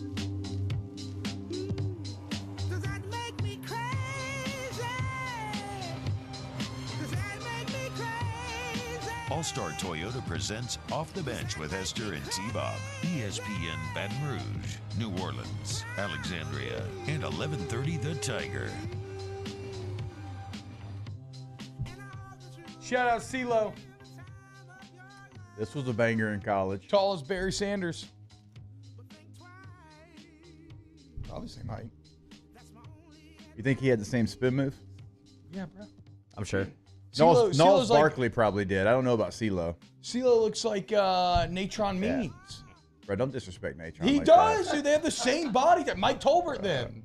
Do not disrespect Mike Tolbert. Give me a side-by-side of CeeLo and Mike Tolbert, okay? Right. Mike Twins. Tolbert, more athletic than anybody in this room. I'm not saying he's not. CeeLo's athletic. Does Tolbert have sons? I've seen a lot of people named Tolbert in college and pro football recently. I mean, not that old. Mike's my age. Okay. My guy. Let's continue. Our OTB. Anybody tell me where Mike Tolbert went to college? Yeah, bro. South Carolina State. Okay. Georgia Tech. Nope. Taylor. It's going to be somewhere small. I don't know. Coastal Carolina. Oh, South Carolina State's basically Coastal Carolina. You got the closest. Yeah. He was like first football team they had. He was a member of it. Chanticleers. Yeah. Actually, pretty fascinating history, the Coastal Carolina football program. Who is it? Biff Poggi? The like super rich businessman who's also a coach and whatever. I've gone into weird Coastal Carolina holes before. He's one of those fascinating characters. Maybe we'll do it again sometime. Yeah, like the mascot we need to go down and figure out how that happened. We're getting distracted. We're getting distracted here, boys. Squirrel. Focus. Big Ten prediction time. Maybe the conference most well suited to NFL films music. Something about NFL films music feels Big Ten-ish. Yeah, we're about 8:20. We're about the time they would normally kick off a game too. Let's start with what I think is going to be the big winner, man. Michigan, 12-0, Big Ten champs, going to the playoffs. I think winning the national championship. Michigan, I believe, is the most complete team in the entire country. They're just as good, if not better, than everywhere they were last year. And their biggest weakness, quarterback, I think, will flip to a strength this year. I'm also not someone who thinks that they need to evolve too drastically. Do they need to take more shots? Yes. Do I want to see a bit more of what I saw J.J. McCarthy doing against TCU, just clean up the mistakes? Yes. And Ohio State, right? But you don't need, it's not like they need to wholly change their identity, right? They just have to be willing to trust him a bit more. Otherwise, it's pretty much a perfect roster. I mean, how are you going to bet against a team that has the first team quarterback, running back, all-purpose back, Donovan Edwards, center, and tackle on the first team? So I'm going to get into the second and third team. On the first team, they have all those. No, Michigan rolls. Couldn't agree more. I know that doesn't make for a great debate here. I think Michigan might be the best team in the country right now. J.J. McCarthy's somebody that I think he's shown that he can be that guy. He just wasn't asked to be that guy. Now, you have Blake Corum. You have Donovan Edwards. You have two of the best 10 backs in the country. So I get the urge to just turn around and hand the ball to them. But you do have to do more. I agree with you there, T-Bob. And they're going to look forward to Johnson being the guy there. Ronnie Bell was a good receiver, good possession receiver. He's doing well in the preseason in the NFL, but he wasn't like a stretch to the field guy, and that's what they need. So I like Michigan as well. I think Ohio State will be good. They have too much talent in the backfield and that receiver, regardless of who the quarterback is, but I still like Michigan to three-peat there in the Big Ten and certainly dominate the East. I like Penn State. I think Penn State's got a great backfield. I mean, they will run full house backfield. You don't have to try to find where they're coming because they're coming right at you. I mean, there is no, hey, we're going to be cute. We're going to be this, that. No, they line up and they run right at you. That can win a lot of games. Don't think you can win a championship because Michigan likes that style. So I like Penn State. Don't love them like I love Michigan. And then in the West, if Iowa can just do something, they're like, you know, the meme where you get poked with a stick. Do something offensively, they could be very scary. Now, they were 130, T-Bob, and they were awful. But Spencer Petras already was a very limited quarterback. Don't know how. Now it's inexcusable they didn't find somebody better over 3 years. But remember, all their receivers got hurt last year. Like they rolled into, and I feel like last year was the year maybe where I really woke up to the value of weapons on your quarterback, right? Why did Bryce Young look more human? Why did Alabama struggle? Because the weapons took such a step back. You see what happens to Ohio State when Marvin Harrison Jr. goes down. You think about Georgia, Alabama a couple of years ago, right? Like more and more we're realizing just how important the weapons are. And Iowa entered the year with guys that didn't know, left and right. Nope. Like didn't know the playbook at all. So they're holding up. It's like the same way I can explain Texas A&M's problems, I can explain Iowa's problems. So I believe Iowa's offense, 25 points a game, baby. 26.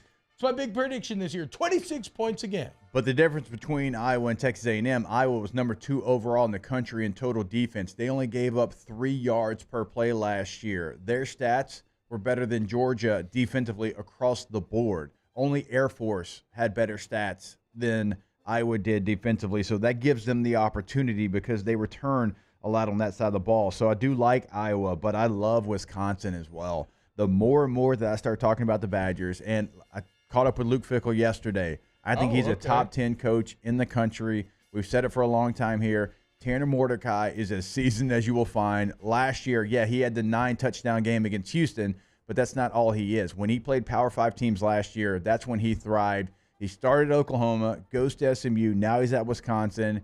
He gives them an opportunity, and yes, Phil Longo is the offensive coordinator, and yes, he does run air raid principles, but remember, he is going to play to his strengths as well. In 2019 at North Carolina, when he had Carter and Williams in the backfield, both of those guys had 1,000 yards rushing. They ran power. They ran counter. Now, it was a different way to get to power and counter. It was at a gun. It was at a pistol. It was at a different formations, air raid principles, but they still ran those plays. So you have Allen in the backfield. You have one of the best backs in the country. He is 6'2", and Coach Fickell told us this yesterday, 246 pounds, and can run. He got up to 21 miles per hour at practice the day before at 242 pounds. CeeLo. So, another CeeLo love. So you got to play to that. You have to play to your strengths, and Luke Fickell's a good enough coach where he is going to do that. Phil Longo is going to be somebody that has to realize that's where his production is going to come from, and they're going to open it up a little bit more. Will there be some growing pains? Probably, but I think we see Wisconsin get back because they were always like 9 wins. Now, they might have a dip, but their ceiling goes a little bit higher because now they've joined the rest of college football offensively, and I think it's going to work out if they stay to the script and play to their strengths like Phil Longo has when he had really good backs in Chapel Hill. Yeah, I guess to me the question on Whiskey this year would be, because Mordecai's great in that offense, but what's the I don't know anything about the receivers. Probably a bunch of white guys. Wow. Well, you said that like it was negative. Am I wrong, dude? Am I wrong? What, you wanna field an air raid with a bunch of white guys? I don't know, dude. Am I out of pocket yes. here? Danny Amendola, Wes Welker. No. You need 1 to 2 token guys. You need 1 to 2 token slot tiny white guys. You can't have all white guys. Wow, Julian Edelman. In T-Bob's defense, the first receiver I think of in recent memory when I think of Wisconsin is Jared Abrederis, who was a white guy. I mean, I don't know what to tell you, dude. Chris Chambers. You gotta go way back. Yeah. Anymore. Who? Whoa. I don't even know who Jared Abrederis is. You know who Chris Chambers is. Oh, you know me. I don't. You know I don't. Y'all know who Chris Chambers is. Absolutely. Miami Dolphins, Chargers. Yeah. No, I'm sorry. Would have been Breeze's #1 target had he gone to Miami. Yeah. Yeah, because we got him 2 years after that. Him and Randy McMichael played together for the Dolphins for a little while. They were good together. McMichael at tight end. We need to get Randolph back on the show. I'll say this. Penn State, I think Penn State's the same as they've been the last couple of years. I don't see them making the jump. I don't either. But God, they're 11-2. No, I know. But they got that glass ceiling, and I'm not sure that I think they can break through it. Yeah, I'll go ahead and be contrarian and pick them to win the conference. To win the conference? Yeah. You think they beat Ohio State and Michigan? Mario, I don't even hate that because if they just beat one of them. Yes, it could shake out like it did a few years ago where they won the conference and still didn't make the playoff, right? They won it in 16, and then Ohio State still got in. They can cannibalize themselves a little bit in the Big Ten, and every 4 or 5 years, I feel like Penn State does have a team that's good enough to go that far, and they're putting a lot of pressure on Allard, the quarterback. Never gone that far. I know, but they do have teams that are at least on that level, right? So Drew Aller last year, he threw for 344 and 4 touchdowns. He only threw 60 passes. I mean, a lot's going to fall on him. Now he ran for another score. Only had 18 attempts. So Drew Aller, somebody that played last year, but they are putting a lot on him. I mean, there's high expectations on a talented player. I'm sorry, this could mean nothing, but I read that in the Rose Bowl, Clifford wanted to stay in and take the final knee, get the win for his team, but they put Alar in the end. It's kind of like a symbolic thing. But they returned 16 starters, 8-8. Bro, I'm just saying, we've never seen James Franklin yet. I can't. Yeah, with Ohio State, I'm just playing with Penn State, I'm just playing the prove it to me game. That's all I'm saying. No, they're I great. think, I get all the reasons why they're great, but just prove it to me. I think you're correct on that. I mean, there's questions about James Franklin. Like, can he win that big game? And I can't trust Drew Aller yet. He's a talented quarterback. Jake just mentioned he threw 60 passes last year. Like, I think he's going to be good, but I'm playing that wait and see game. Like you said, it's a prove it to me with Penn State. It feels like the Sean Clifford stuff, too, is a little bit like my white receiver take. It's just a little out of pocket, a little too much hate being thrown Sean Clifford's way. Yeah, I'm not saying he's great, but he wasn't some disaster. Well, he wasn't a reason why Michigan beat you by 50. No, and he was limited as a passer, but he was a tough, gritty dude. He meant a lot to that football team. That's a bigger loss than people are saying. He played 5 years of college football. That's hard to replace that kind of experience with a guy who's only thrown 60 passes. I would also say with Ohio State, I can sum it up in one sentence. How can I believe in the Buckeyes after I watch them get their ass kicked in awful weather in Ann Arbor and then in perfect weather in the shoe?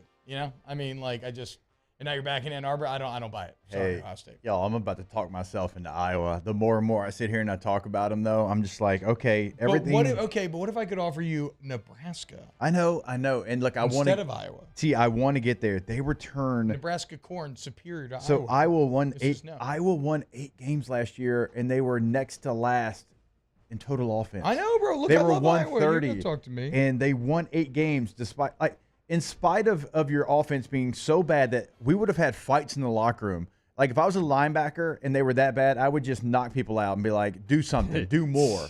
What are you going to do? And they won 8 games. They go get Cade McNamara, who knows what it looks like to make a playoff run. He was a quarterback in Michigan's first playoff run. It was him. He was a starter. Yeah. And you go get a tight end from Michigan. Mm-hmm. And you just – I know the play call is still the same, which that gives me a pause here because I'm like, oh, are you really going to be any different when you're related to the head coach? But here's the biggest selling point.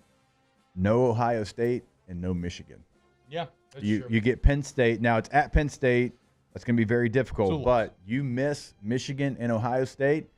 Even if you lose to Penn State, you could roll the table and have one loss and find yourself in a Big Ten championship game with a chance. Nebraska's going 7-5. That's my last take on the Big Ten. Look at the schedule, Jake. There's 7 wins there.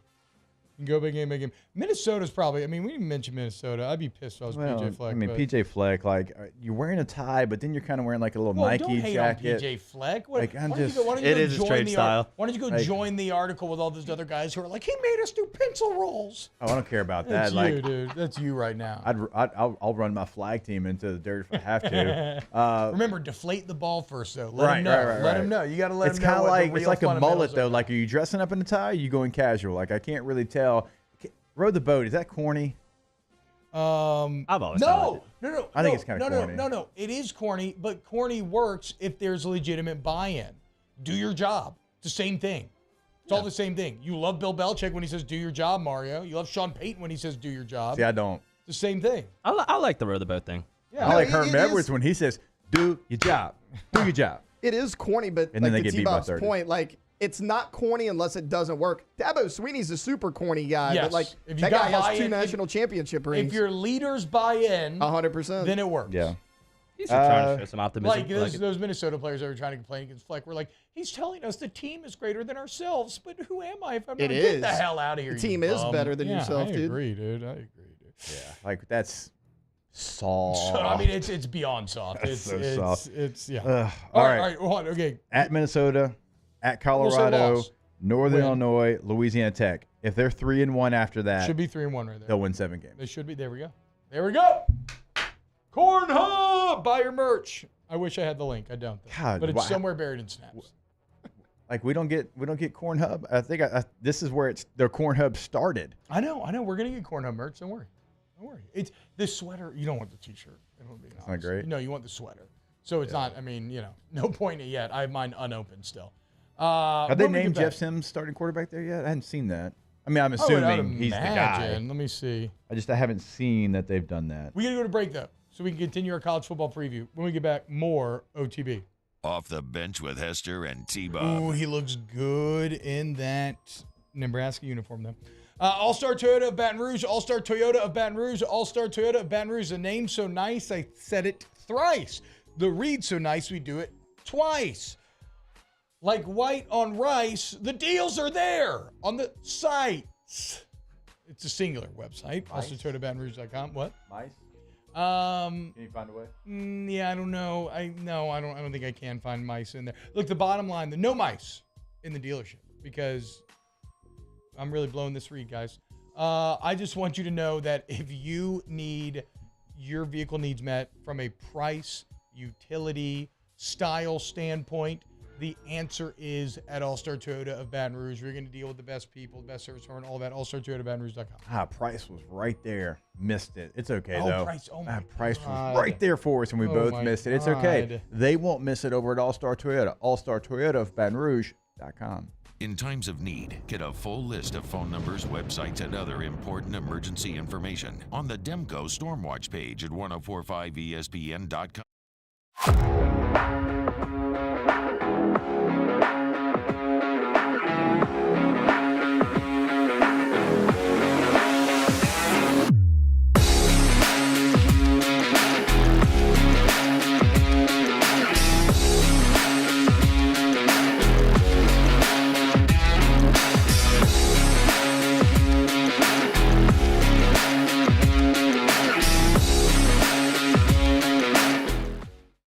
Gulf Coast Office Products is a nationally recognized Savin office equipment dealer based right here in Louisiana. Over 100 employees strong, Gulf Coast has the boots on the ground to support all vertical markets from education, engineering, legal, and finance. With the latest in office technology from desktop to production segment units, Gulf Coast and Savin have the perfect fit for you.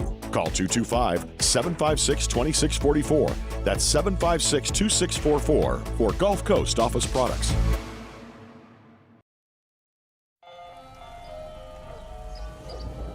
Hey there, little buddy. What's the matter? What's the matter? My windows, siding, and my door. That's what's the matter. Relief Windows can fix all that. I got you. Pop, pop. What's up? Oh my gosh, look! Curb appeal. That's a good-looking neighborhood. ReliefWindows.com. Dylan Cruz here to tell you about Six Rings Baseball and Softball Camp. If you live on the North Shore and play ball, go to Six Rings Camps with former LSU assistant coach Dan Canaveri. His knowledge is second to none, and your child will improve and have fun doing it. Camps were held at Coquille Park and Six Rings Academy in Covington with 4 sessions over the summer. Full day and morning only sessions are available from ages 7 to 13. Go to sixringsbaseball.com or call 985-206-9096. Learn the game to love the game.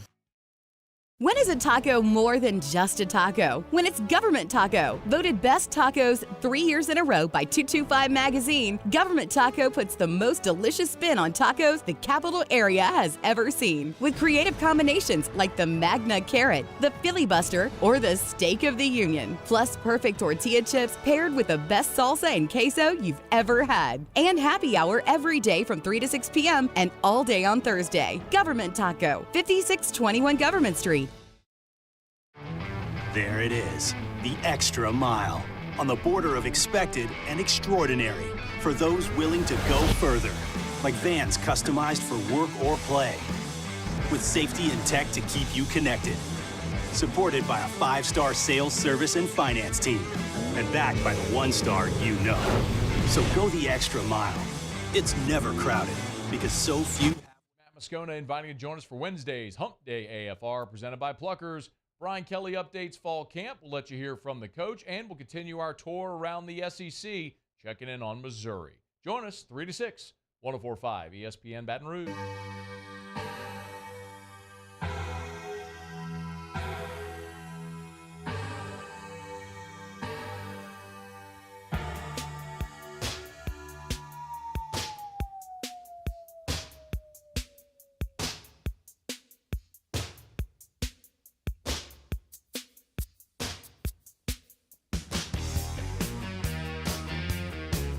All-Star Toyota presents Off the Bench with Hester and T-Bob. ESPN Baton Rouge, New Orleans, Alexandria, and 1130 The Tiger. Did we ever Michigan? Did we ever finalize Penn State? Penn State was mine. All right, yes. Michigan, Penn State. Oh, Michigan. All right. Surprise team. Underdog-ish, Nebraska. whatever. Nebraska, Iowa. Iowa, I guess. Okay, Taylor. Penn State would be my surprise Okay. because I said they're like, I'm waiting and I'll see let them you on them. They choose could that. be my- Even though they won 11 games, they finished third in their division. So I Yeah, feel like well, and they're not. No one's picking them to win the conference either. So that's why I picked them as like my Yeah. surprise. I could see Wisconsin be really good. Maybe not me win the too. Big You Ten, kinda but got me better than convinced. people Me think. too. I Yeah, know. you Me kind of got me too. convinced on Wisconsin. Maybe T-Bob, being you a want the surprise. picture? Yeah, they got rid of fullbacks. That's the only reason I'm not picking them. Oh, yes. To close the loop on an earlier conversation from this hour, here is a picture of CeeLo Green next to Mike Tolbert. I mean, look at it, guys. They are twins. That's so That disrespectful. is, I mean, shit, Mike T. send Mike that to your T. boy Mike right now, T. Jake. This is not me. This is T-Bob A-Bear. No, and Jake Hester. It's I'll actually both I'll our tell you names. exactly where you can meet him on the Don't. spot. Nope, please don't. I don't. Well, no, yes. Mike's a boxer. I'm just letting you know. No, I know. To be clear, Mike, CeeLo's awesome. You know, who doesn't love CeeLo? You know, I would love it if people compared me to CeeLo. CeeLo, does he wear a 7 7/8 hat? My goodness. yeah, like Put Mike that back Tolbert. up. No, Mike, no. Look at that head. Taylor, make sure to clip this and send it to Mike Tolbert. I'll send it to him. Can we get him on the radio to discuss maybe? That'd be awesome. Text this to Mike and let's see if we Now, can get him on. if you tell him he looks like CeeLo Green and you don't want him to get fined or us to get fined, I can't promise that. Okay, maybe Record it, yeah. Spencer P says, now that is a Mr. Potato Head. He performed. That is a 7 7/8, or maybe even an 8. Okay. Bilbo saying T-Bob literally giving off all Asians look-alike vibes. Okay, first off, racist. Second off, no, you idiots. One has a helmet on. What are you talking about? One of the people I'm talking about has a helmet on. You can't even see the face. I'm talking about general body shape. If you don't think those general body, they're like a bunch of circles stacked on top of each other. Put the picture back up. Look at the shape language here. You're going to tell me that shape language is the only difference is CeeLo's head looks like it has a helmet on, just through its natural formation, even though he does not. God, that is a massive dome. And that's me saying that. Yeah. That is me growing up with a brother who wears a 7 7/8 hat. I wear a 7 3/4. I'm not throwing the stone Hey, Jake, too far. how tall is Mike Tolbert? He's probably 5'9". Yeah, CeeLo's probably like 5'5". CeeLo's 5'7". Okay, I'm so about to say, similar height as well. But similar height. Okay, 5'7", 5'9" is closer than I would have scored Yeah. it, Jake. We're closing in on this being real. All right, let's dive into the Big 12. Texas. Listen. Oh, the platform is yours, sir. Here, look, if you get fooled once, shame on them. If you get fooled twice, shame on you. If you get fooled thrice, congratulations, you're a successful college football analyst. Because once again, all these a-holes are out there telling you that like, everyone thinks Texas should be good. And it's getting to the point where, you know what? I'm wondering, am I wrong? Like, maybe I am wrong. Maybe I'm the crazy one here. And so I'm not even going to tell you that Texas is going to suck today. What I am going to point out is the amount of pressure on Steve Sarkisian. Like you thought he looked stressed last year when he attacked that production assistant before the game. Wait until this year goes sideways. Think about this, Jake. Steve Sarkisian's entire life has been leading to this moment. He's had major setbacks in there, right? The USC debacle, but he worked his way back. Coordinator for the Falcons, coordinator for Alabama, got this Texas job. However, you don't get another chance after this, right? Like, if he does not succeed this year, he will never be a major head coach again. He will be relegated to coordinator status for the rest of his career. He would be an NFL coordinator or a lower Power 5 coach at best. Yeah. Maybe like a group of 5 head coach. Even lower Power 5, I think, would be called into question. Yeah. The point is, this is like Steve Sarkisian's literal coaching legacy and life is on the line this year. I don't think he deals with pressure well to begin with. I don't think he's going to handle it well.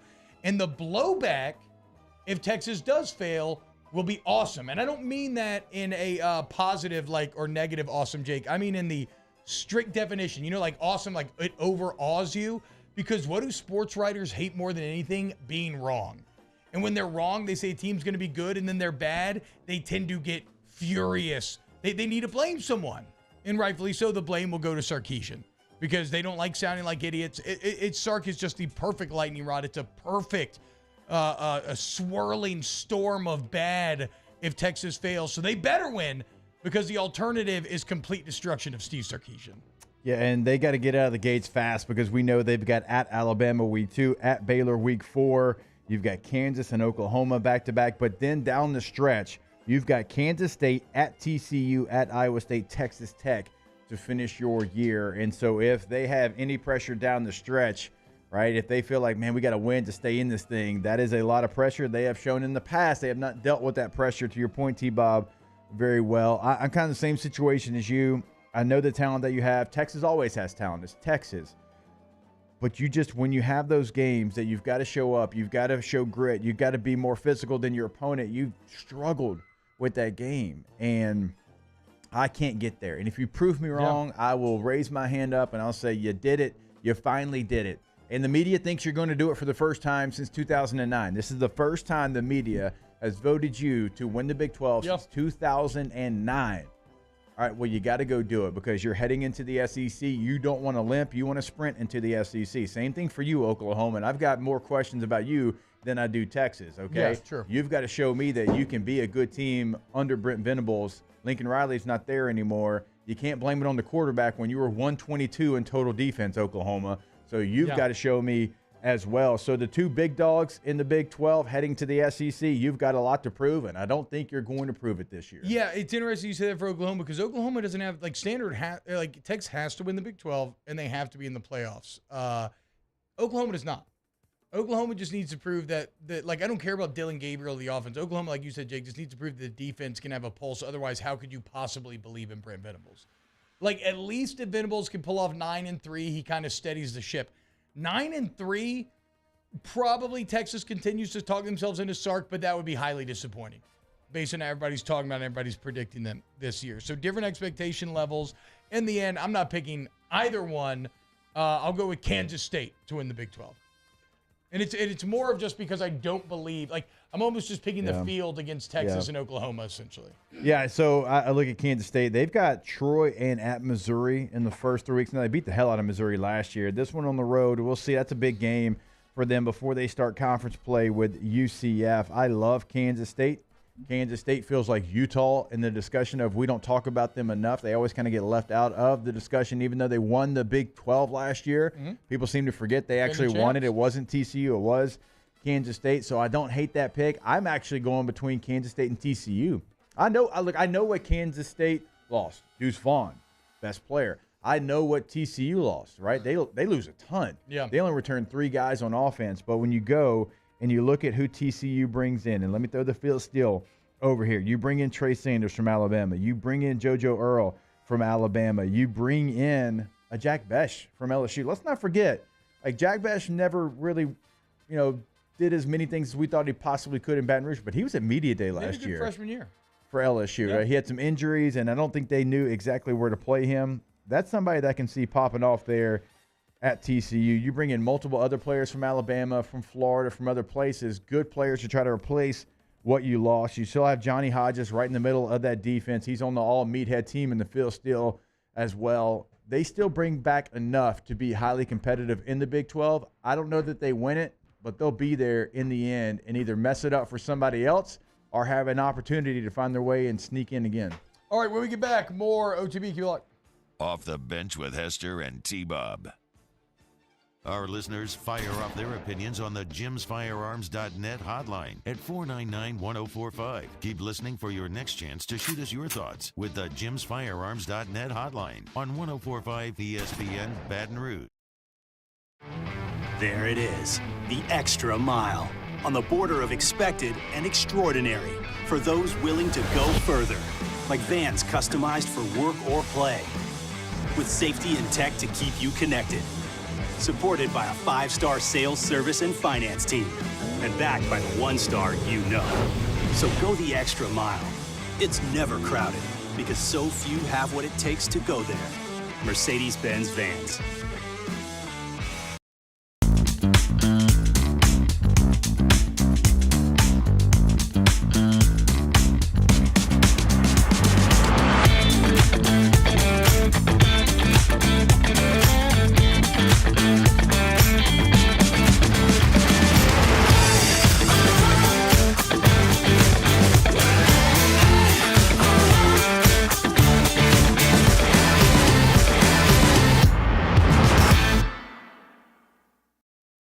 Breck teamed up to reimagine your parks, and you imagined big. With your help, we went to work, creating 12 beautiful community parks across the parish. A family-sized water park, miles and miles of trails, and parks just for your dogs. There are more places to splash, to explore, to run wild, and even soar. You imagined, we delivered. Gold. Breck, your #1 park system in the nation. The Windsor Senior Living Community in Mandeville, Louisiana is a beautiful, vibrant apartment community geared toward seniors. They are nestled right in the heart of Mandeville, where seniors live a more carefree lifestyle in spacious apartments with the peace of mind that comes from having a little extra help. Call the Windsor at 985-624-8040 to schedule a lunch and tour. Come see how the Windsor can be your passport to peace of mind. When is a taco more than just a taco? When it's Government Taco. Voted best tacos 3 years in a row by 225 Magazine, Government Taco puts the most delicious spin on tacos the capital area has ever seen. With creative combinations like the Magna Carrot, the Filibuster, or the Steak of the Union. Plus perfect tortilla chips paired with the best salsa and queso you've ever had. And happy hour every day from 3 to 6 p.m. and all day on Thursday. Government Taco, 5621 Government Street. I've been doing business with Luba for 25 years. They're dependable, trustworthy. It's just the attention to detail with our clients. Our folks have years and years of experience. They're highly trained professionals. But many companies have that asset. What I'd like to think makes Luba a bit different is that we use those talents in a way that truly is dedicated to serving the needs of the folks who depend on us.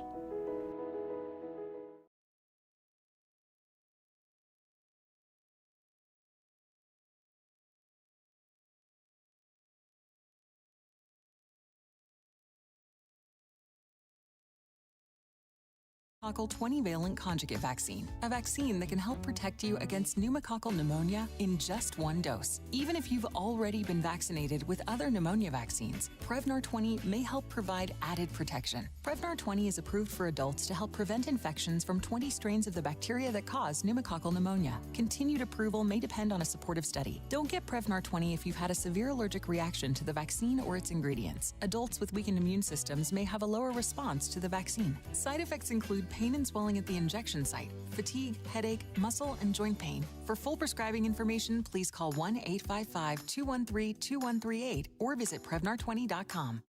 Sandegriff, join us for the Wednesday edition of Live at Lunch from Roca Pizzeria on Government Street. Scott Rabelais is with us. Wes Reynolds from VEASAN and professional handicapper Randy McKay. Live at Lunch, 11 a.m. weekdays on 104.5 ESPN Baton Rouge.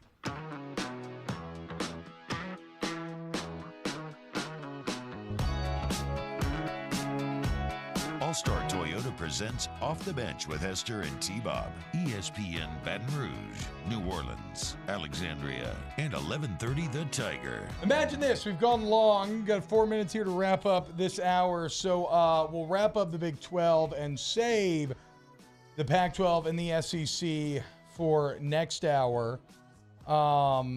Surprise team to me, Jake? And this is chalk here, but Texas Tech. Don't say Texas Tech. Texas Tech. I'm a part of the hive mind.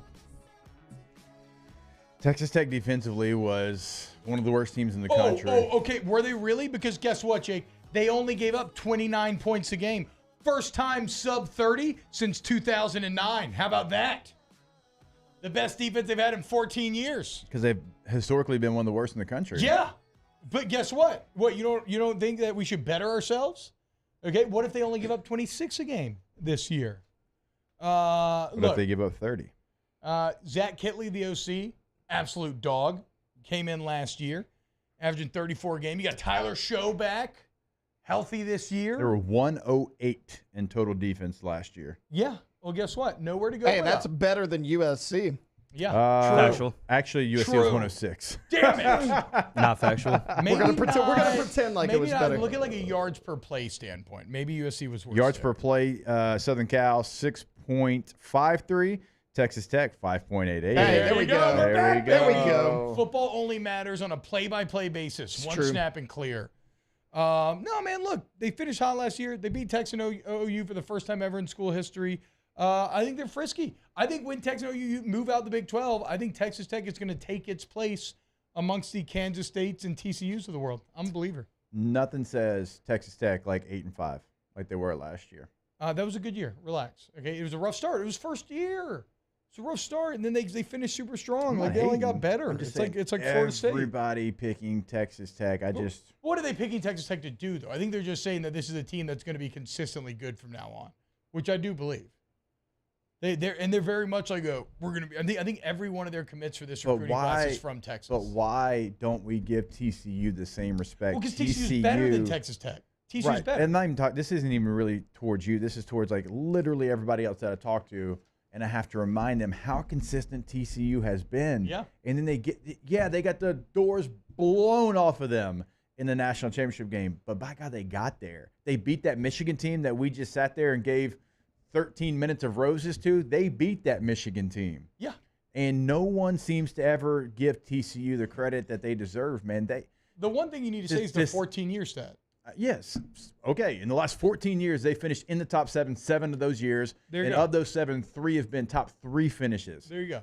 But everybody's like, oh, they lost, this, that, and the other. Well, that is a program that has built themselves to be able to lose players, bring players in, and be as competitive as they were. So I'm still high on TCU, and I don't understand why. And this is time and time again. They're a team that's just like, oh, that was cute. It's like, no, they've been there before. They've done that before. Texas Tech is still worse than TCU and Kansas State, and I think they probably take one of the two off of OU and Texas. But I just mean Would you put them in Oklahoma State in the same category? Yeah, Texas this year, Tech? yeah, this year, yes. Well, also, I feel like Oklahoma State's kind of crumbling. Yeah, it does look a little bit. Unfortunately. Yeah. But but I think going forward, Texas Tech going to be big time. We'll see. Hour 3 CFB Roundtable Preview continues. More to be. Off the bench with Hester and T-Bone. Bayou Chrysler Dodge Jeep Ram has $12,000 off MSRP on new 23 Ram 1500 trucks, all with Bayou's 1 million mile warranty. The crew at Bayou Automotive is going to do right by you. Make this summer your backyard party year with Chris's Specialty Foods. Wings, burgers, brisket, steak, and boudin, plus great Cajun side dishes. We do all the prep, and you enjoy laughing with friends and family. Chris's Specialty Foods, Millerville, New Orleans, Prairieville, and Frisco. Everybody loves Chris's authentic Cajun meat.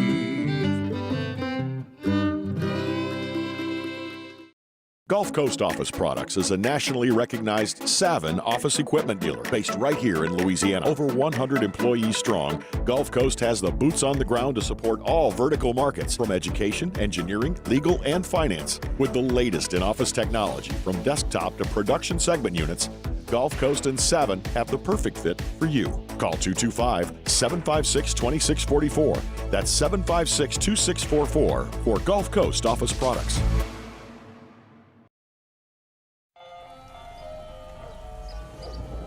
Hey there, little buddy. What's the matter? What's the matter? My windows, siding, and my door. That's what's the matter. Relief Windows can fix all of that. I got you. Pop, pop. What's up? Oh my gosh, look! Curb appeal. That's a good-looking neighborhood. ReliefWindows.com. Dylan Cruz here to tell you about Six Rings Baseball and Softball Camp. If you live on the North Shore and play ball, go to Six Rings Camps with former LSU assistant coach Dan Canaveri. His knowledge is second to none, and your child will improve and have fun doing it. Camps were held at Coquille Park and Six Rings Academy in Covington with 4 sessions over the summer. Full day and morning only sessions are available from ages 7 to 13. Go to sixringsbaseball.com or call 985-206-9096. Learn the game to love the game. Scooncha, fall in the air. Fall is right around the corner, which means fall fishing is, which means it's time for you to take your boat to the next level with front-to-back boat service in a bunch of different ways. You want a custom stair job, you can have a ton of fun out there on the water. They can do that. What about a spot lock trolling motor? So you stay right where you need to in casting lines. Or sonar that's let you see the fish under the water before you cast. All of your maintenance needs as well. For 38 years, They've been at it and will continue to do so. The Sherman family, a front-to-back boat service.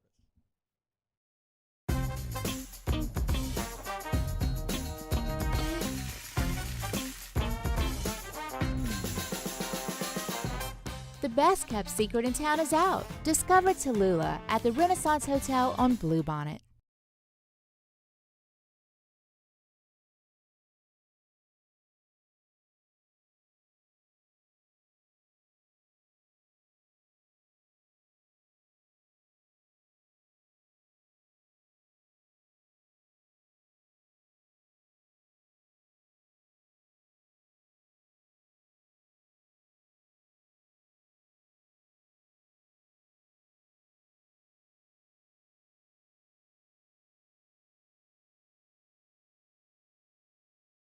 Visit the MoffittMethod.fit. That's MoffittMethod.fit. If you've been injured, it doesn't matter if you were hit by a big truck, a smart car, or anything in between.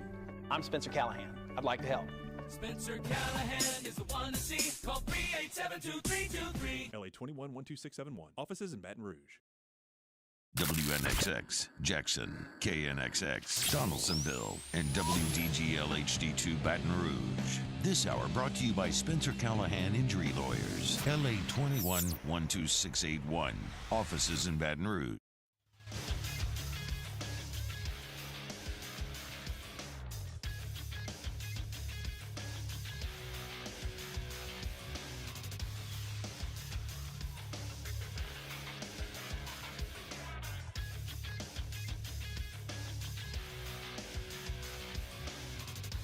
Good morning, everybody. It is 9 a.m. on Wednesday, August 23rd. Today in Baton Rouge, expect sunny skies with a high of 105. You can follow today's show on Twitter, Instagram, and TikTok at OTB_ESPN, or catch us on YouTube at the 1045 ESPN channel and subscribe for daily content. Hour number 3 of Off the Bench, live from the Mercedes-Benz at Baton Rouge studio, starts now.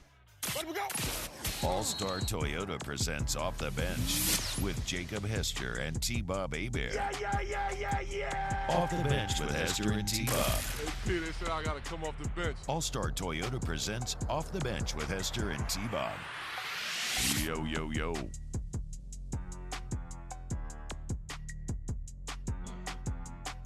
Huh. Interesting.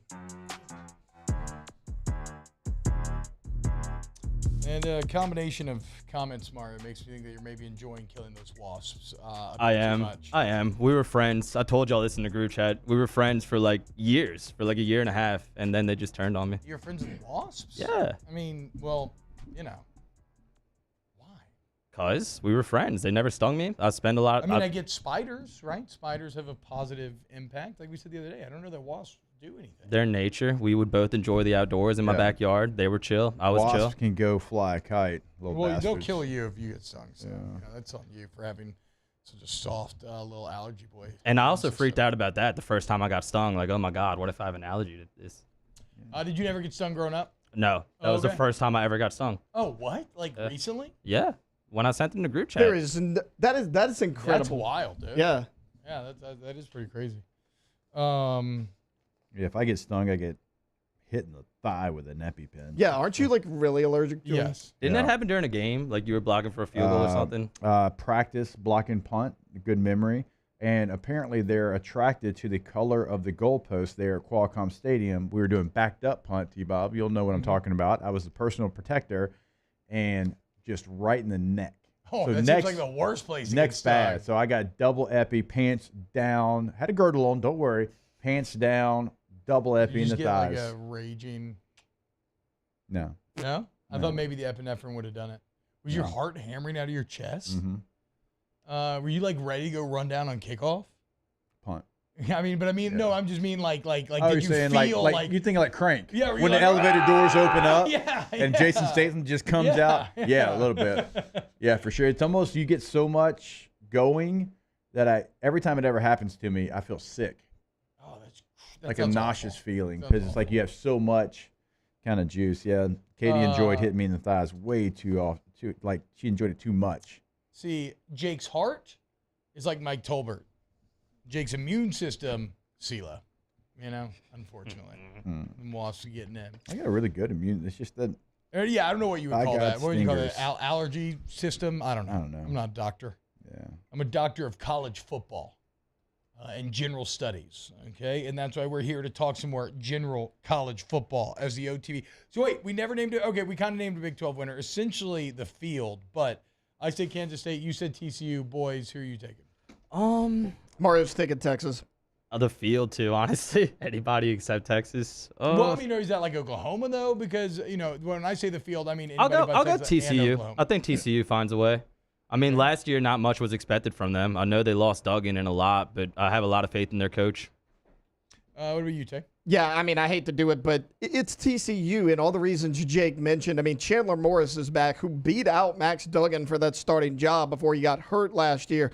Trey Sanders comes in, Jack Besh, Tommy Brockermeyer, big-time offensive tackle out of Alabama. He'll be there as well, JoJo Earl. Plus, if you look at TCU's schedule, you start Colorado, Nicholls State, Houston, SMU, West Virginia, Iowa State, BYU. I mean, you should start 6-0, 7-0 before you get to Kansas State and then Texas Tech. So the beginning of their season, very favorable to them. And Sonny Dykes is a really good coach. I mean, I think TCU is going to win this league. Bro, Randy Cross said he thinks Colorado beats TCU week 1. Jay. He's an idiot. I just want to. Okay, whoa. Do you know who Randy Cross is, bro? I'm just kidding. There's a college football Hall of Famer, 3-time Super Bowl champ, Yeah, but that's a take. It's a take. It's a hot take. I'm just saying, just don't play the Randy Cross doesn't know football game. That's all I'm saying. Like, I don't agree with the take, but I can't go so far as say idiot. Dude's a You call a lot of people idiots. Yeah, and exactly. So if I'm not calling someone non-idiot, then you should trust when I do call him an you idiot. can't call out Taylor for calling somebody idiot. Yeah, I can. Steve Sarkisian is an idiot. Randy Cross is not. You don't think Steve Sarkisian knows ball? That's fair. He knows offensive ball when he has, all NFL players going against college players. All jokes aside, and I was messing with you there. Forgot how but to close out a Super Bowl, Steve Sarkisian did. The Big 12, he did. They have a lot of coaches that it almost feels like no matter where they were, they would be successful. Like climbing to Kansas State, Sonny Dykes at TCU. I mean, Joe McGuire, Texas Tech. It feels like that's somebody that a lot of people kind of had that same feeling about. Lance Leipold at Kansas. Like they have a lot of coaches that have been multiple places, always been successful, and it doesn't really matter the resources. And to your point, Steve Sarkisian, who's always had all the resources, hasn't done as much as the coaches that have no resources. And every coach that's gone to the school that he was just at has done better than him. I don't know what to tell you. Even though, Are you going to fight Steve Sarkisian one day? Again. Also, I think he is. Sark, that was Shanahan that blew the Super Bowl as the OC. That wasn't Sark. So, yeah. Sark the next year? I think so. Sark lost to Clemson, though, right, when he was at Bama? I think. I'm not sure. I'm pretty sure. I'm not sure.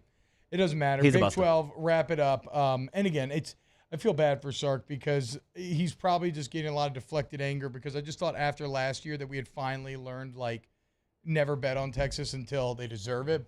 And so I'm just like, it fires me up to see everybody just lose the thread that fast. Next, let's go to the Pac-12. Jake. Oh, boy. One of the toughest conferences to choose here. So many good quarterbacks. He was in NFL Films music, or maybe some like Beach Boys. What would be – no. What would be like ultimate – maybe like some instrumental Ice Cube? For Pac-12, they're not that cool. Nah, come on, man. I gotcha. They can be that cool. Don't let T-Bob hate. I would say – whatever. I know you hard disagree, and you probably feel like how I do about Texas, but I'll still stick again. My brain is with USC. My heart is with Washington. Washington, big blow. Yeah, losing we go. Starting running back, going to be out, looks like, for the entire year. It's not great. This is not the way that you wanted. And I believe they also lost an O-lineman for the entire year as well. Yeah, I believe Davis got hurt last week in practice, but it's just kind of coming out. So Davis goes out for the year, and I'm trying to think I'm looking at his totals last year. All right, as a freshman, he scored 13 touchdowns and ranked second on the team with 522 rushing yards. It was expected to be the feature back this season. Ooh, that's a big blow. Next dog up, dude. Literally. Aru. So USC's not going to win the Pac-12. Okay. You lose a second-round edge rusher. You replace him with somebody that's not proven, and you were awful on defense. Barry Alexander, we laid out his stats yesterday. Can he be a good player? Yes. Can he be the difference maker? Not that much. You can't make up that much. Your schedule's brutal. You don't have a bye week. You got to go 5 straight games that are going to be difficult. Remember that Cal game that's in between the 4 difficult games that we kind of like, oh, you got Cal. They almost lost to Cal last year. That was like 41-35-ish, something in that nature. So, to me, USC just doesn't have the chest, as you said yesterday, to go out there and win the Pac-12. I like Utah. I like Oregon. I like Washington. The injuries are starting to concern me a little bit. It's going to cannibalize itself, but the more and more as we continue to talk about it, I like Oregon. I'm a touch worried about Oregon losing Kenny Dillingham. And that's fair because of what he did with Bo Nix. Completely and fair. And both stops, both at Auburn and at Oregon. But I also, with Dan Lanning, I think the mentality at Oregon changed a little bit. So, I can talk myself into Utah. I can talk myself into Oregon. I can talk myself into Washington. See, so that's interesting. I can't get there with USC. Talk yourself into USC. That's crazy. I cannot because when I saw them play a certain style of football, a brand of football, they could not go out there and they could not win those football games, okay? And they've got that style of football against Notre Dame, against Utah, against Cal. Washington, different style, but they're going to give you problems at Oregon. They can't handle that style of football. And you're telling me a team like USC, as bad as they were defensively, without a bye week, is going to go at Notre Dame, Utah, at Cal, Washington, at Oregon, and UCLA and not have 2 losses in that 6-game stretch. Well, I think 2 losses could win the Pac-12, though. That's just assuming that they win the other games on their schedule. Yeah, no, but what I'm saying is I'm not saying and the Pac-12 championship game. I'm not saying 11-1. Yeah, no, I'm not saying 11-1 USC. I think it's a cannibalized conference, but I think I could see. I guess it seems like the fundamental difference between me and you in this is I can talk myself into any of the teams you just named: Oregon, Washington, USC, Utah. Whereas you just can't talk yourself into USC. Just because that style against Utah, against Oregon State, and against Tulane, they couldn't do anything about it. And so, to me, it's as absolute could be. It's just such a clear thing to improve on, though. It is, but you didn't do anything that impresses me to improve on it. You had the same coordinator. The players you got are not the people. We're talking about their high school stars and not what they've actually done in college football. Oh, you had a couple all-conference guys come in. I mean, Anthony Lucas is one of the high school star guys. So is Bear Alexander. No, I know. Mason Cobb is the best player that you got. And then I thought you brought in another, maybe all-MAC guy or something. You brought in a MAC corner. You brought a corner, if I'm not mistaken. That was an all-conference type guy. But I don't care about corner. I care about front seven. Yeah, secondary was good. That was the strength of the D last year. That's really one of the reasons they had the record they had because of the turnovers they had. So how you feel about Texas, that's how I feel about USC. I can tell. I just think that Lincoln Riley is very much being proven being that guy over Steve Sarkisian to a higher point. He can win conferences. I think it's fair because of what he's done, and I think Lincoln Riley's a good football coach. But like Dabo was loyal to a fault, Lincoln Riley's loyal to a fault. Yeah, I mean, if for Alex Grinch, if not this year, you out, dog. So nuts on the line. What you gonna do? Okay, so so you have to pick one though. Who's your one?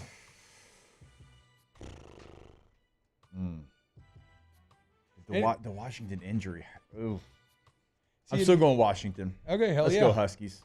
Let's go. You got 2 All-American receivers, Huskies. You've got an All-American type quarterback in Michael Penix. Okay? Type. Well, I mean, he wasn't the first team All-American. Caleb Williams was, so. Was he second? Surely he made second or third last year. I don't think he did. Oh, man, never mind. Maybe he did. Either way, okay? You have got, even better. You've got 2 All-American receivers, an All-American quarterback, okay? You play a more physical style than you get credit for. You got to go out there. You got to find a running back to replace what you just lost. But this is your year. This is your time. Go out there and prove it, okay? Because last year, if there was a 12-team college football playoff, you would have been in that playoff, and no team, and I mean no team, would have been feared more than you outside of Georgia, okay? Because you were playing that well down the stretch. Continue that because you open up with Boise State. You've got Tulsa, at Michigan State, Cal, and at Arizona before you get to the bye week. You should win every one of those games before you get to Oregon and USC and Utah and Oregon State. It's tough down the stretch, but you should know who you are by that point. Wolfpack. Get them dubs is what up. you're doing. Get them dubs up. It's the Huskies, but I like Wolfpack too. No, Washington. I know. Is what the W is for. I know, but it looked like a wolf pack. Yeah, and this is two huskies kissing, like the wolf pack used to do. Yeah, they did. Too sweet. Boys. I like Oregon. I like Oregon a lot. I think a lot of people kind of gave up on them after they lost to Georgia so badly in the first game, but strong finish to the season, very experienced quarterback, young up-and-coming coach. I like the Ducks. I was actually in between Oregon and someone else, but since he took Oregon, I'll go the other way. I'm going Utah with Kyle Whittingham. Yeah. I mean, he's proven he can do less with more. Cam Rising back, probably the grittiest, toughest quarterback in all of college football. There's a little bit of question marks on some of the weapons around him on the offensive side, but that defense should be a little bit better than it was last year. And Cam Rising coming back, a lot of experience, and I trust Kyle Whittingham, so I'm going Utah. All right. So I do want to point Is out. the only conference where we all had different teams? I think so. So Dylan Johnson does come over from Mississippi State at the running back position. He had 500 yards last year in the SEC at Mississippi State. So he's going to be RB1 now. Yeah. So he will be the guy. I liked him as a secondary piece, as a change of pace type back. I thought that was going to be a role where he would thrive. You're talking about Washington here. Yes. Yeah, So now you have to be the guy. You got Davis out. You got to be the man. Again, I liked you better in a different role, but now your role is RB1. You got to go out there and prove yourself. One thing to mention here, Jaden Rashada named Arizona State starter. So speaking of Kenny Dillingham, It's Jaden the last Rashada, laugh. after all the drama, goes out there, proves it on the field, and now be starting for the Devils. Remember, Kenny Dillingham, the first ever alumnus that they have had as head coach of their football team. So maybe the most passionate guy they've ever had, a guy who's the youngest head coach of the Power 5 and who has a bit of a quarterback whisperer resume building right now. So not going to win the conference or anything, but just a lot of good quarterbacks, right? Even Delora from Arizona. Cam Ward at Washington State. Cam Ward, Washington State. They got a lot of good quarterbacks in that conference this year. DJU got named the starter. Oh, yeah, at Oregon State. Shout out. Which, a lot of quarterbacks, Bob. It taking this long is a bit like, maybe Uungalele, maybe he's not as good as we're thinking, and he wasn't being held as back. I was daydreaming today about them upsetting USC. I don't know why. Because they almost did last year. They had it. They don't play him. They don't play him this year, if I'm not Oregon mistaken. Oregon State lost everything. Oregon State returns 8 on offense, 5 on defense. Oh, I thought it was worse than that. They lost a quarterback, but it was Nolan who's Well, no, I mean, but they're a injured. defensive team. I don't care about their offense as much, right? Like they made their way with their defense. Yeah, they would have had 6 guys coming back, but Omar Spence ain't coming. He's across the street. Yeah, it's a big loss, man. Yeah, it's an all-conference first-team linebacker. Go Beavs. Go Pac-12. Who was their leading tackler last year? Fight on. Had 8 tackles for loss. He also led him in that category. Bum, ba-da, bum, bum, bum, ba-dum, ba-da, bum, bum, bum, ba-dum. Okay, now you do Washington's fight song. I don't know it. I don't know Washington's fight song either. Yeah. Because USC's going to win, and you know them. How is nobody? It's so weird that is so opposite you. No, it's just that, look, it's actually very simple. I believe in Lincoln Riley. And I think you've been hanging out with too many quarterbacks. And I think Caleb Williams is the best quarterback. That's all it is. That's all it is. He was last year, too. But I love Michael Penix.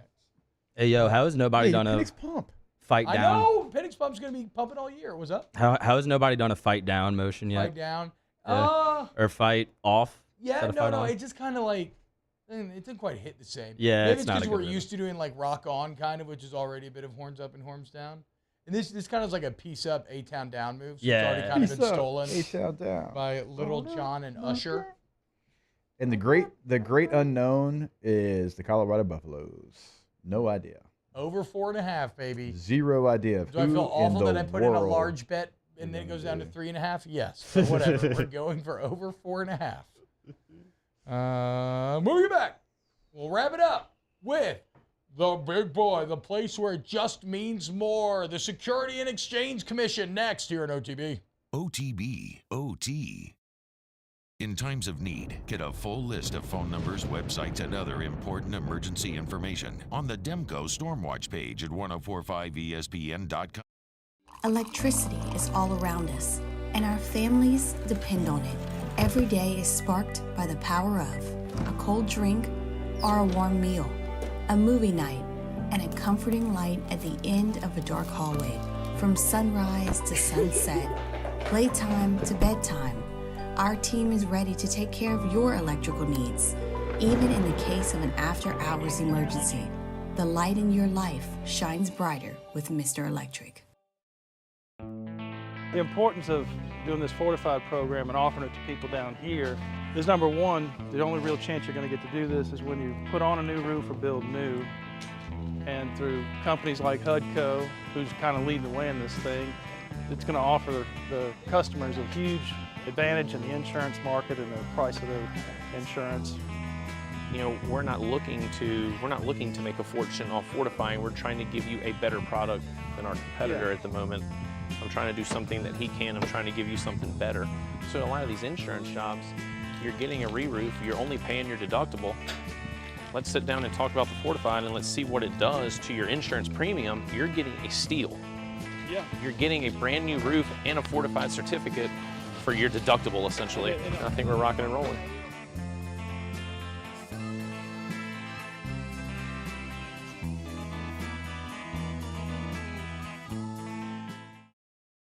Gulf Coast Bank and Trust is giving our customers the power to bank anywhere, anytime during this challenging event. And we're right there with you. Our mobile banking app is a smart way to manage your money and time. Gulf Coast Bank and Trust, the bank that cares about you. There it is, the extra mile, on the border of expected and extraordinary, for those willing to go further, like vans customized for work or play, with safety and tech to keep you connected, supported by a 5-star sales, service, and finance team, and backed by the 1-star you know. So go the extra mile. It's never crowded, because so few have what it takes to go there. Mercedes-Benz Vans.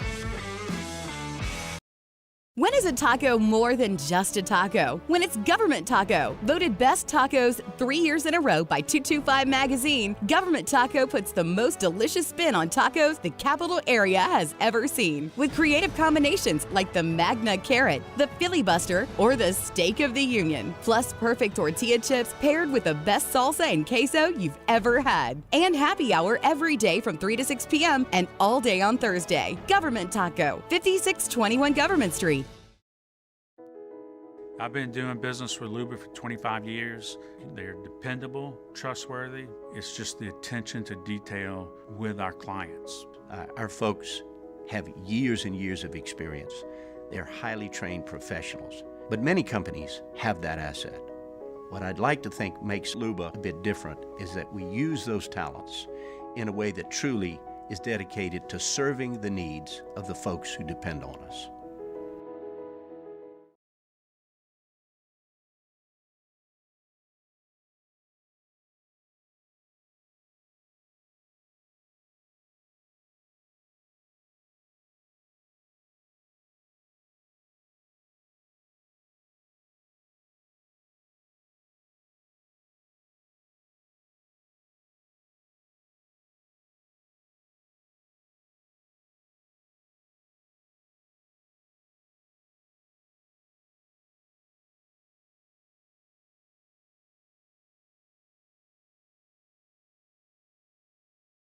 ESPN Baton Rouge.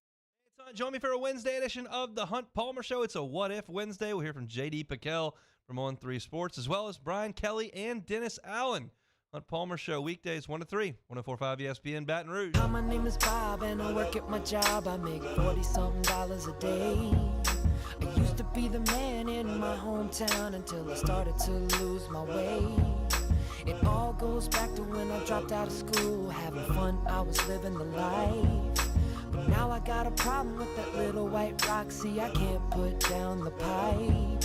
And it is breaking me down. Watching the world go round while my dreams fall down. Is anybody OTB OT with Hester and T-Bob on 104.5 ESPN Baton Rouge and 94.7 ESPN Alexandria. So, dude. OTB. It's that time. It's time to talk a little financial fraud and the SEC, baby. SEC preview.